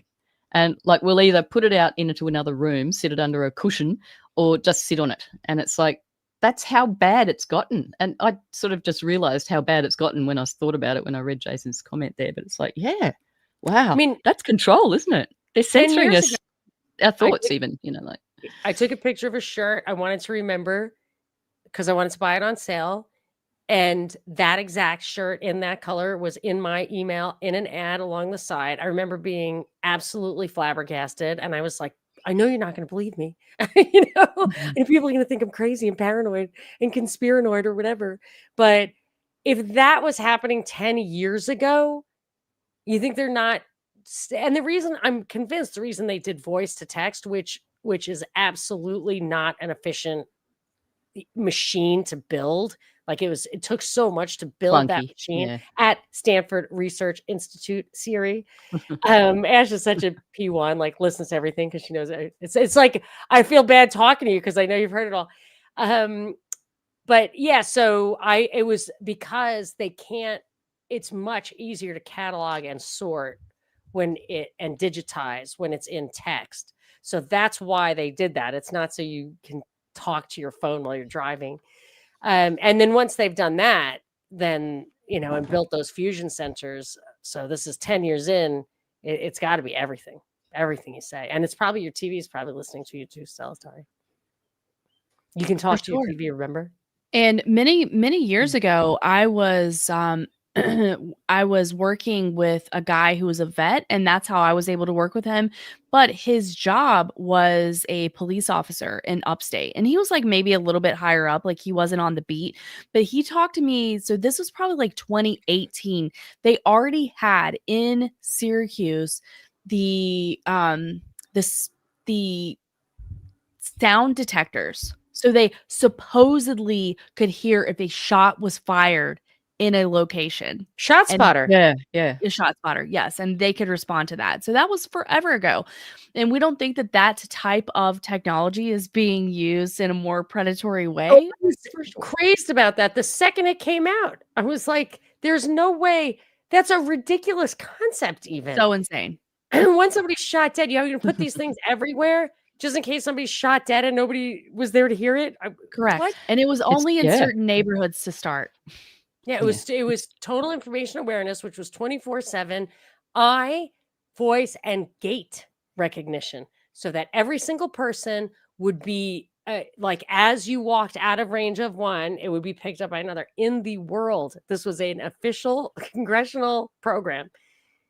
Isn't it interesting how they're capturing, it's like eyes, ears, and gait. That's almost like the sort of the touch. It's like they're just appealing to all the senses. They're trying to bring all the senses into the AI structure that we have.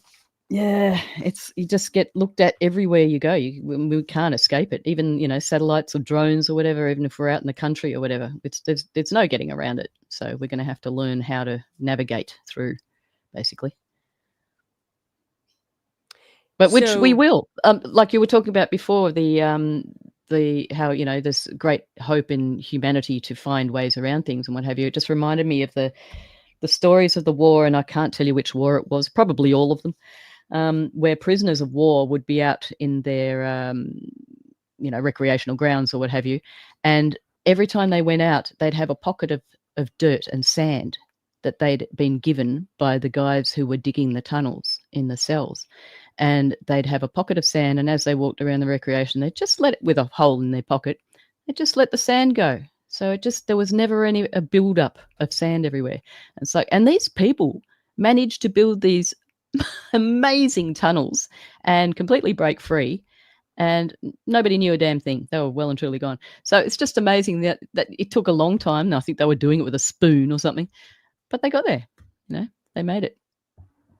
Obviously, in the days before there was surveillance cameras. Well, that's what Uncle Ted was saying in 2004. It was like, I don't think we have much time left. Pretty soon they're going to have total surveillance, and then we're not going to be able to plot a revolution. So a can of black spray paint on a pole will do it. Maybe, I don't know, but he, I don't know if either of you read like his book and the intro to the book and everything. They only let him read USA Today in jail. Like, I don't think they let him go to the library. Isn't that cruel? That's cruel and unusual punishment.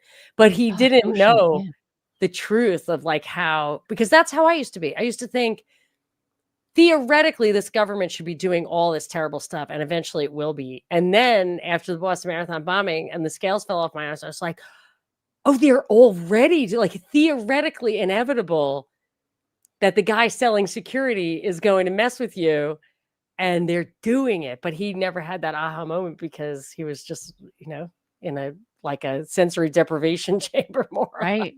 Yeah. So you had a little list of things you wanted to tick off, Ash. Let's make sure. And now we really are winding down what we should. What other current events did you want to talk about? Well, I have one for you. I wanted to get your take on these two things. Real or fake? Marjorie Taylor Greene stepping away, right? So my theory was, like I said earlier, I think that if this was part of an op, and maybe it is, and maybe it isn't, I can't be sure. But if it is, then this is the furthering of fracturing of whatever used to be left of conservatives. You have them in a million different ways, right? Now, I saw that Legal Man had posted on Twitter, and it was kind of long, but essentially he said, she woke up in the wrong order. I hope she gets out, makes some cash. She realized that she didn't understand what she was getting into, and that she realized I cannot make a difference here, right? So I've been pondering what is real in that case. So I want to get y'all's thoughts on that. Then the other thing is the Mamdani Trump love fest that we're hearing about. What's the play? I saw a picture of him, and I thought it was the guy, that terrorist they gave Syria to.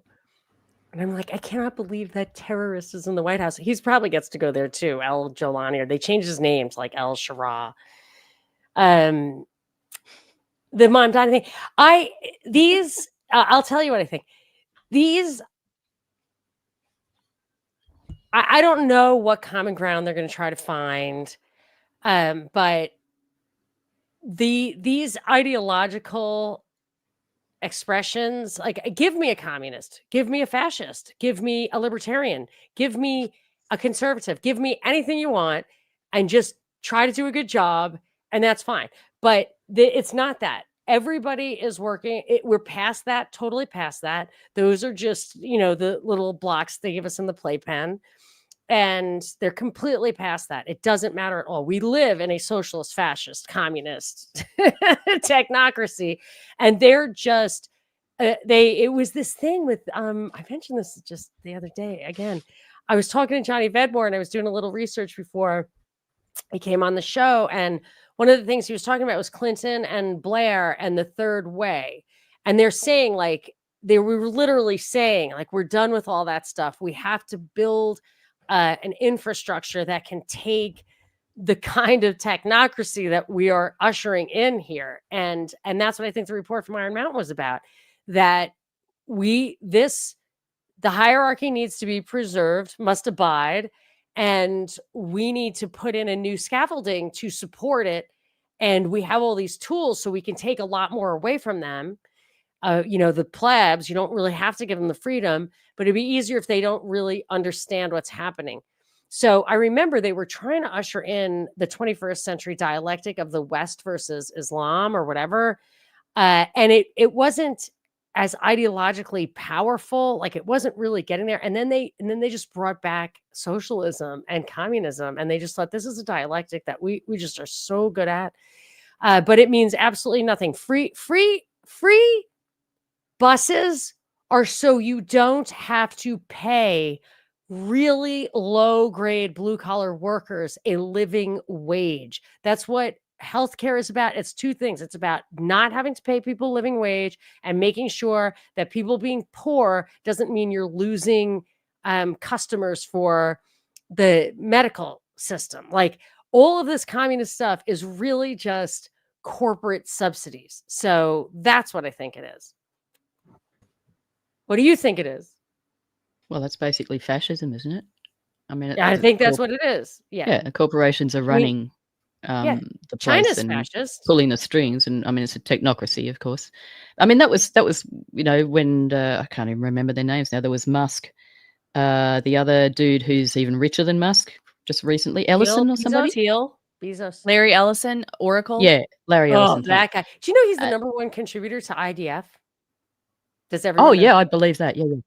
And there was the other guy. There was the three basically of them, and single-handedly funds the IDF, the Israeli Defense Force, whatever. Okay, good. And he was Project Oracle. The CIA was his first customer. Yeah. Palantir too.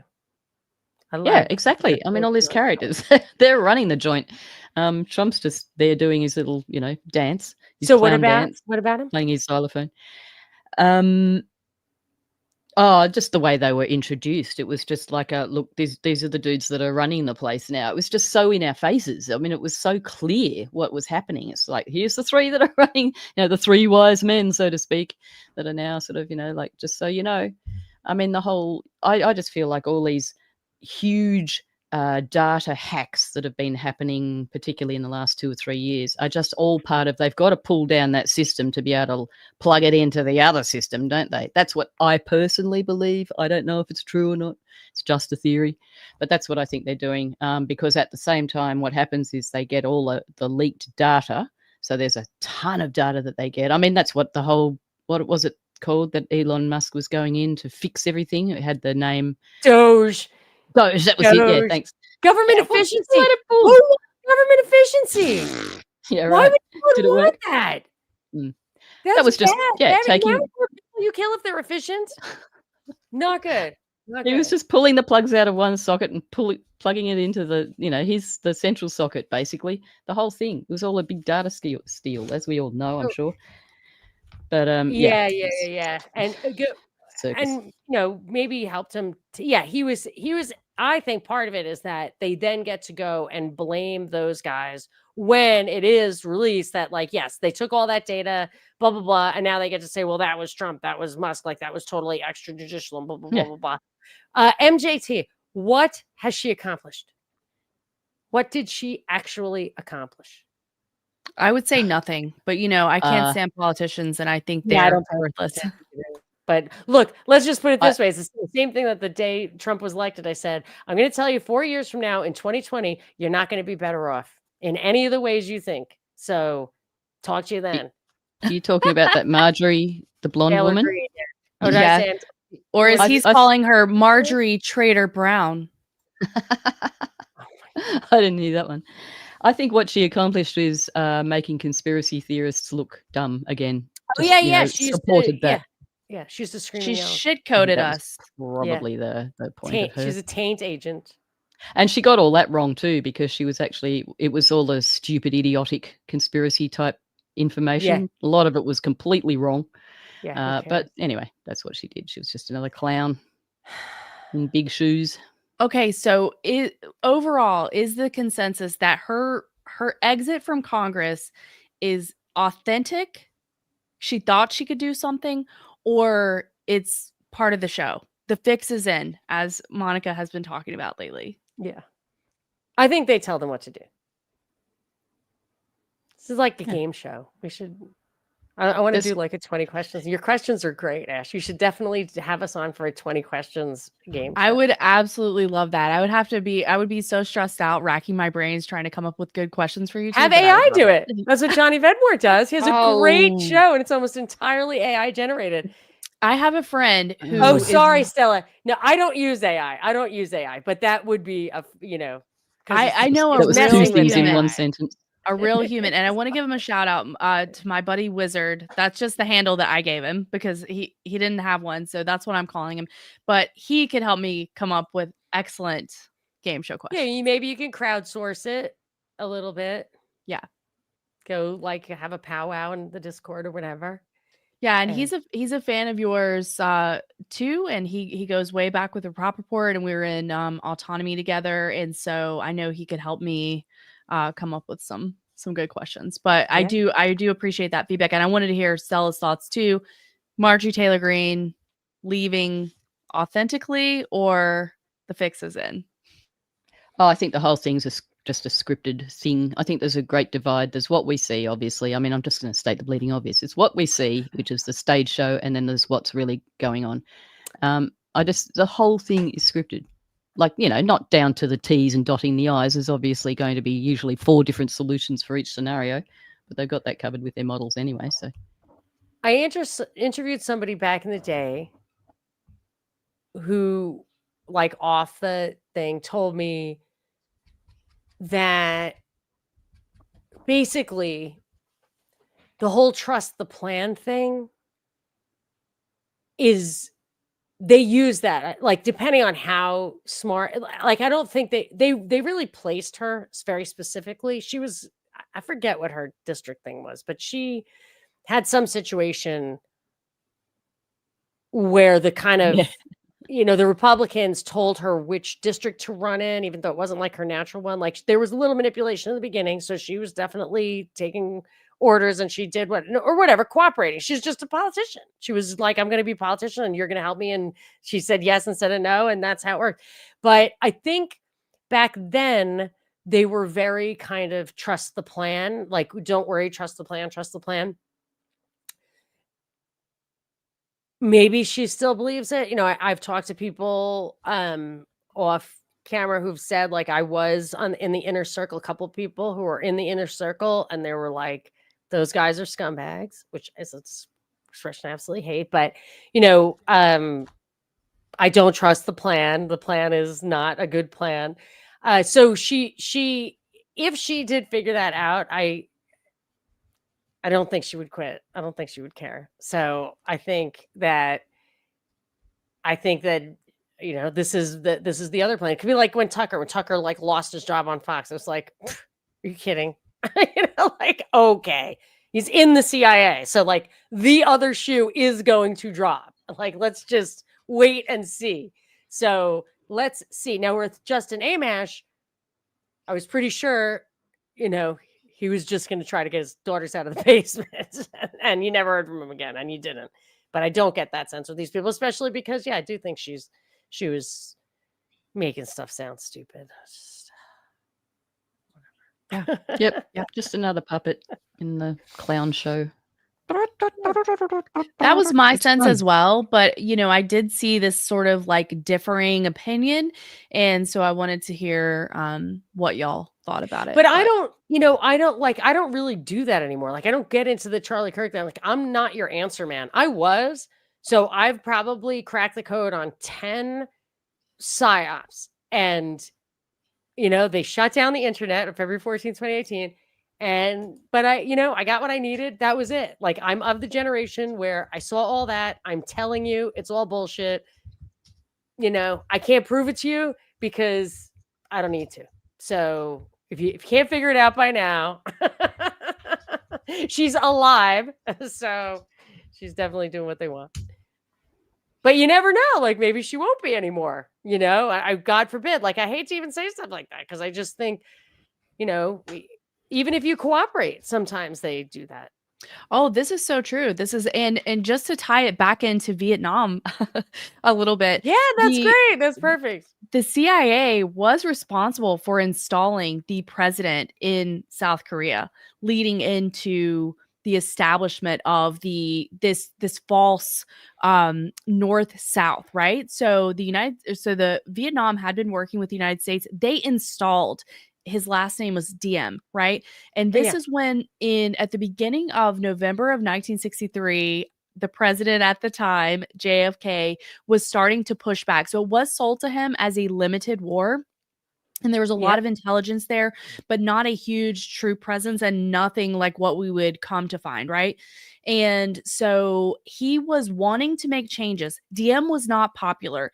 They were using already factions within Vietnam in order to create some form of support for him because he had old school, old money, and Catholic connections. So it was the Catholic people in Vietnam that they were trying to sort of rally, and he had an army, but he didn't have support. But what happened to him? It's the same story He was as what assassinated like a couple of Yes. days before JFK or it after. was. They did another coup to remove him from office, and then he was assassinated. And then there was many, Yes, many right, more. right. He's your guy. JFK was their guy, probably. Nixon was their guy. Or Reagan was their guy. But, you know, I think if you have any self-respect as a man, they are just like, well, we've got to kill this one. Like this For guy, sure. he's not at a certain point, he's going to say no. So he's And got to go. And to your point, though, if they cooperate, you're still going to get burned. Look at Zelensky right now. A lot of people have thought, listen, guy, you're on borrowed time right now. We had Saddam Hussein. He cooperated, right? Look what happened to him. We had Osama bin Laden. He cooperated. Look what happened to him. And on and on. Like the playbook is established. It's if we can make these connections and pull our bullet points, whether you cooperate, whether you think that you're making a difference, whatever, if they want you gone and you're no longer useful, that's that. Yeah. Everybody's disposable puppets. They don't care. It's just all about keeping it in the family, keeping it in the bloodline, keeping it in the club. Yeah. And having a nice drink and watching the big screen in the bunker. I'm going to go have a nice drink. Yeah, well, we should do this again sometime because there's been so much that we could have also gone into, and it's just like the time just flies by. But yeah. Just saying, Heaps to talk Polynesian about. pearl diver makes my. Do you know how to make that? You know what that is? No. You did explain it once, but I didn't. The hardest take thing notes. to make. You have to make honey butter first, and in order to make honey and butter get together, you know, it's hard to get butter to turn into a drink, especially with ice in it. So if you start pouring, you know, you melt it, like there's no way around it. I have not mastered the art of the Polynesian pearl diver, but I'm going to. It's a goal.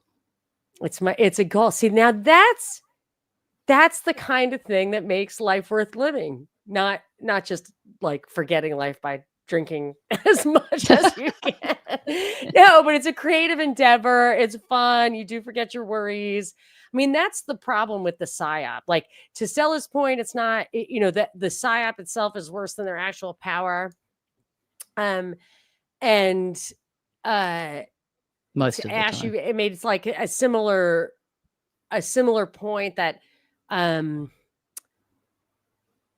you know, how much power do they really have, or how does it really work? Or I just feel like at a certain point you just have to you can't let it, or you were saying how much noise it makes, how much energy it takes from you, how much time it wastes from you. And I really, you know, I don't want people to feel like they give up. Say it again, Stella. They control time. Yeah, but I mean, it's ultimate. It's the most precious commodity there is. Stay awake, but stay vigilant, but you don't have to be hyper vigilant. You're not going to have a Polynesian pearl diver or two, and they will kick your ass, and go to sleep and wake up and be like, gee, I forgot. What's the problem? You're going to wake up and be like, oh, I have a hangover and evil lizards control the world.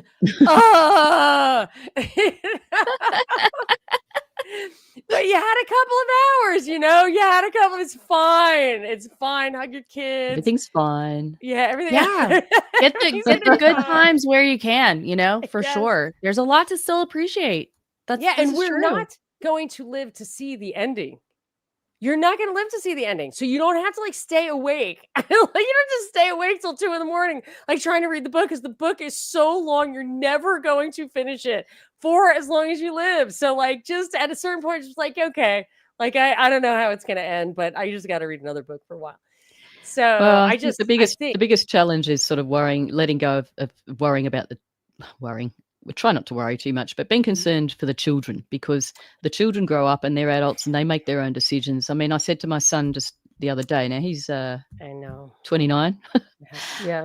28, sorry. And he, I was saying to him, this ban's coming in a couple of weeks. Do you use a VPN and are you thinking about getting one? And he came back with, what ban? Oh, And wow. yeah, it's like, yeah, okay. I mean, he's vaccinated, all that stuff, I probably shouldn't really Yeah, say that, but I have a there's situation nothing you like can that. do to Yeah, get into it's not good. somebody's head to make them think something if that's not what they think. So it's like, Oh, yes, there is. It's called TikTok. That's my problem is that well, someone yeah, got in their head, and now I'm like, dude, I if meant it as were a you, parent. it would be okay. Say it again, Stella. I meant as a parent, sorry. Right. No, you can't. And it just So, upsets yeah. me because I see, I just see that it's an influence. So, and my husband sometimes gives me a hard time, but like my approach is I'm not going to give that thing power by letting it be an emotional trigger for me. So I'm like, Mm. sure, whatever you want. Do whatever you want. Like, that's totally fine. That's great. Like, whatever. You're welcome to Well, come and go. You can do whatever you want. You can think, feel, protest, whatever you want. And I just think that reality sinks in eventually. And if it doesn't, I mean, I'm not a slave to, I'm not going to be like yeah, ass kissing or anything, but I'm yeah. just not going to, I'm not going to get, it's hard for me though, because some things like really offend my morals. And, Mm. I just, it's a real struggle, but I feel like you just feel, I've fed too many trolls over the years to know you just don't Yeah. feed that stuff. You just don't feed it. And that's going to be when I talk to Yeah. St. Peter, I'm going to make that argument. I know I paid taxes. I know I was like, okay, I'll let that slide. I'm sorry. I did the best I could. Well, it's like the old, the old Indian saying, it's about the wolf that you feed.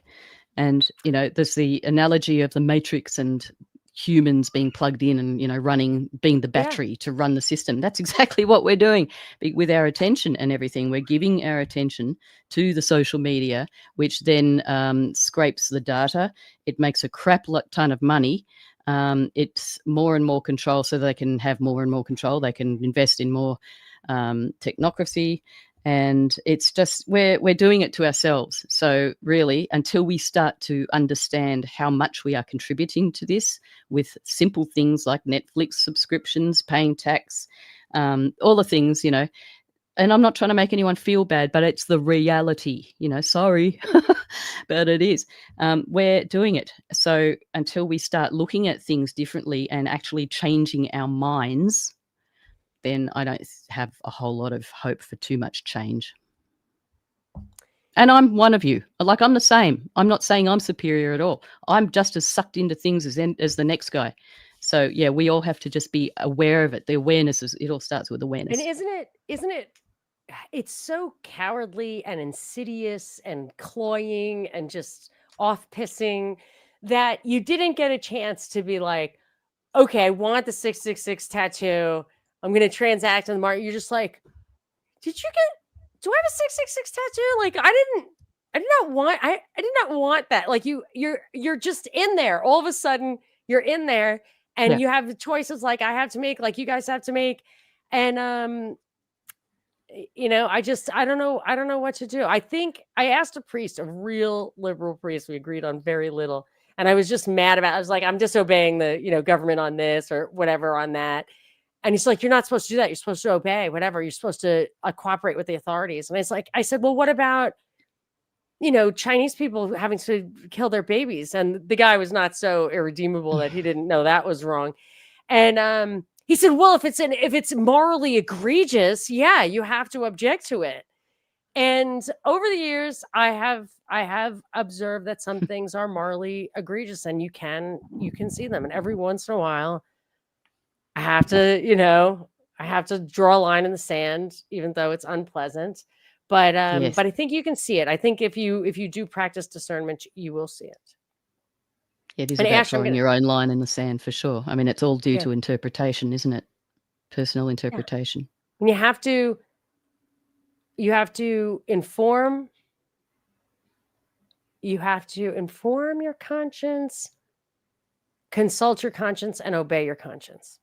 And it takes practice to do it right. But I'm going to let Ash have the last word. Words. Say as much as you want. Do whatever you want.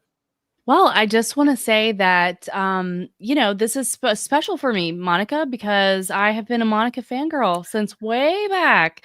It's so And crazy. It's hard to so believe. I'm just very grateful just in time for Thanksgiving. What a coincidence to have had this conversation with you guys. And I have loved it. I think that we covered a lot of really interesting things. Perfect. There's there's a lot of interesting threads and topics that we've touched on. Sorry.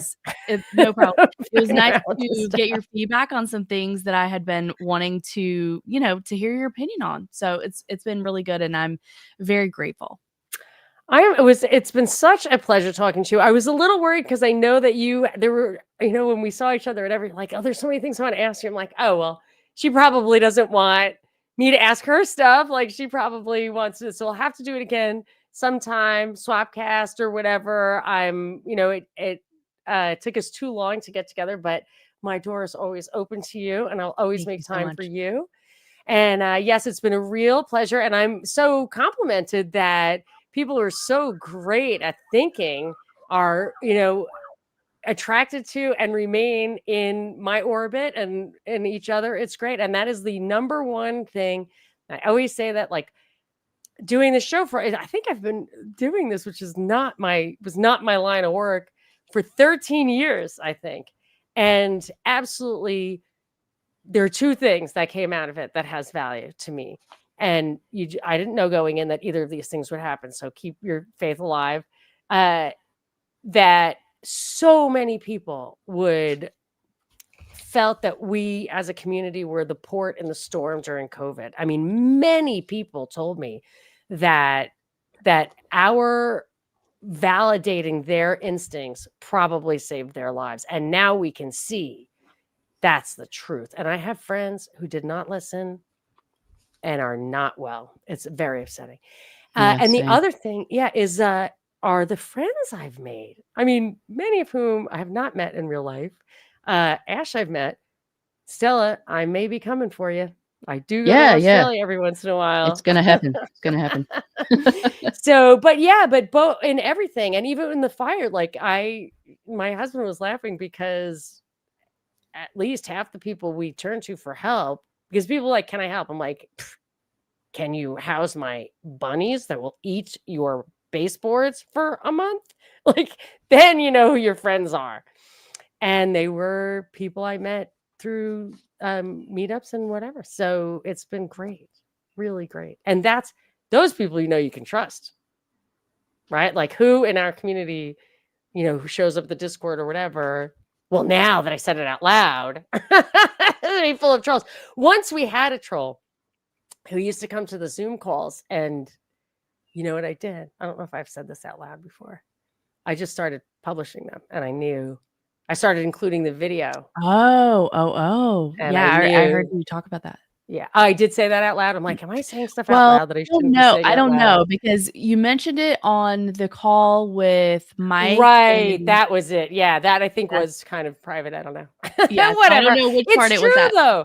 It's true that you can. That's how you can flush people out that way. So anyway, whatever. Why don't you girls tell everybody what you want them to know about how they can find more about you, hear more of what you have to say, support you in any way? I don't know what's on the top of your priority list right now, but Ash, you start, and then we'll give Stella the last word. Okay, so they can find me over on Twitter at think_change_2, and they can get in touch with me at thinkchangerepeat@gmail.com if anybody wants to reach out. And I am a regular co-host over on Nights of the Storm on Saturday, 2 p.m. at Rumble. And so those are really the big ways. We have not really been putting out very much Union of the Unknowns. Busy, everybody's busy, all kinds of things going on. So that's really the main ways to get in touch with me or find my work these days. So all right, and let's do it again after the new year. Maybe I was going to wait until the jackhammering was over, but that may never happen. But who was saying frightening me, or somebody's like, it stopped. I was like, oh my gosh, they do. They stop at 4. So all I have to do is Perfect. start an hour later. Yeah. Duh. Anyway, all right, Stella, wrap it up. You got the last word.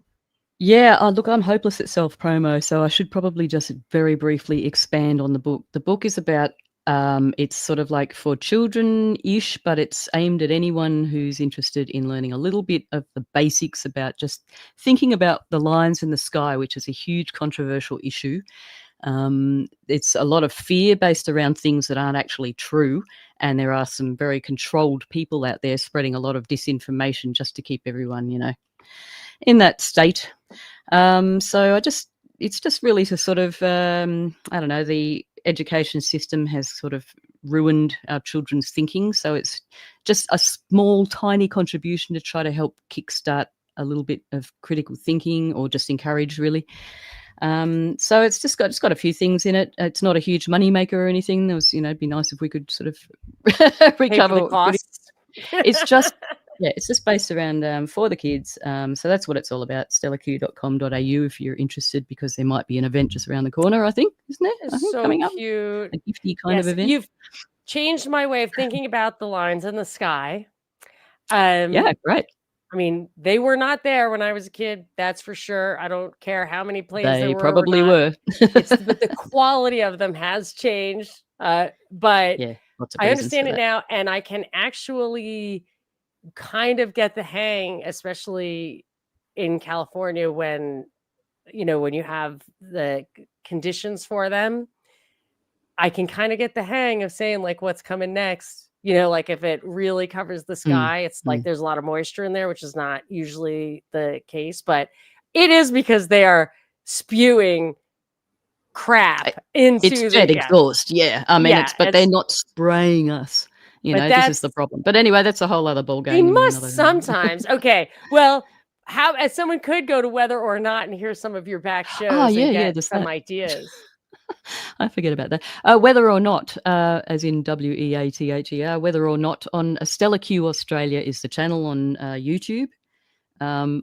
Whether or Not is under podcasts, and that's got a whole bunch of information with me and a meteorologist explaining the science and the sort of physics. I mean, it can be a little dull, but it's also, the last one we put out was the very shortest one we've done, and that sort of explains what you were just saying, how you can actually sit there and predict it, and we're sort of showing you how to do it.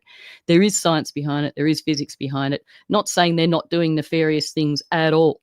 Just trying to explain this one section that seems to be creating a lot of confusion and disinformation and fear, mainly. I mean, I'm anti BS, and I'm anti fear, and that's sort of what drives me more so these days, even more than fighting them.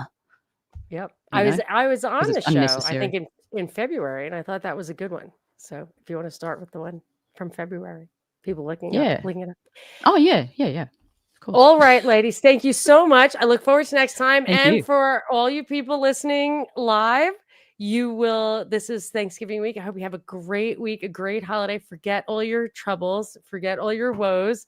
I'm going to go make a recipe from monicamixes.com, which is really just my personal recipe book that happens to be online, because that's how I can access it. I'm going to make some cinnamon whiskey, and it's going to be a good weekend. So nice. Enjoy. Bye, everyone. Thank you. Bye. Thank you. Take care.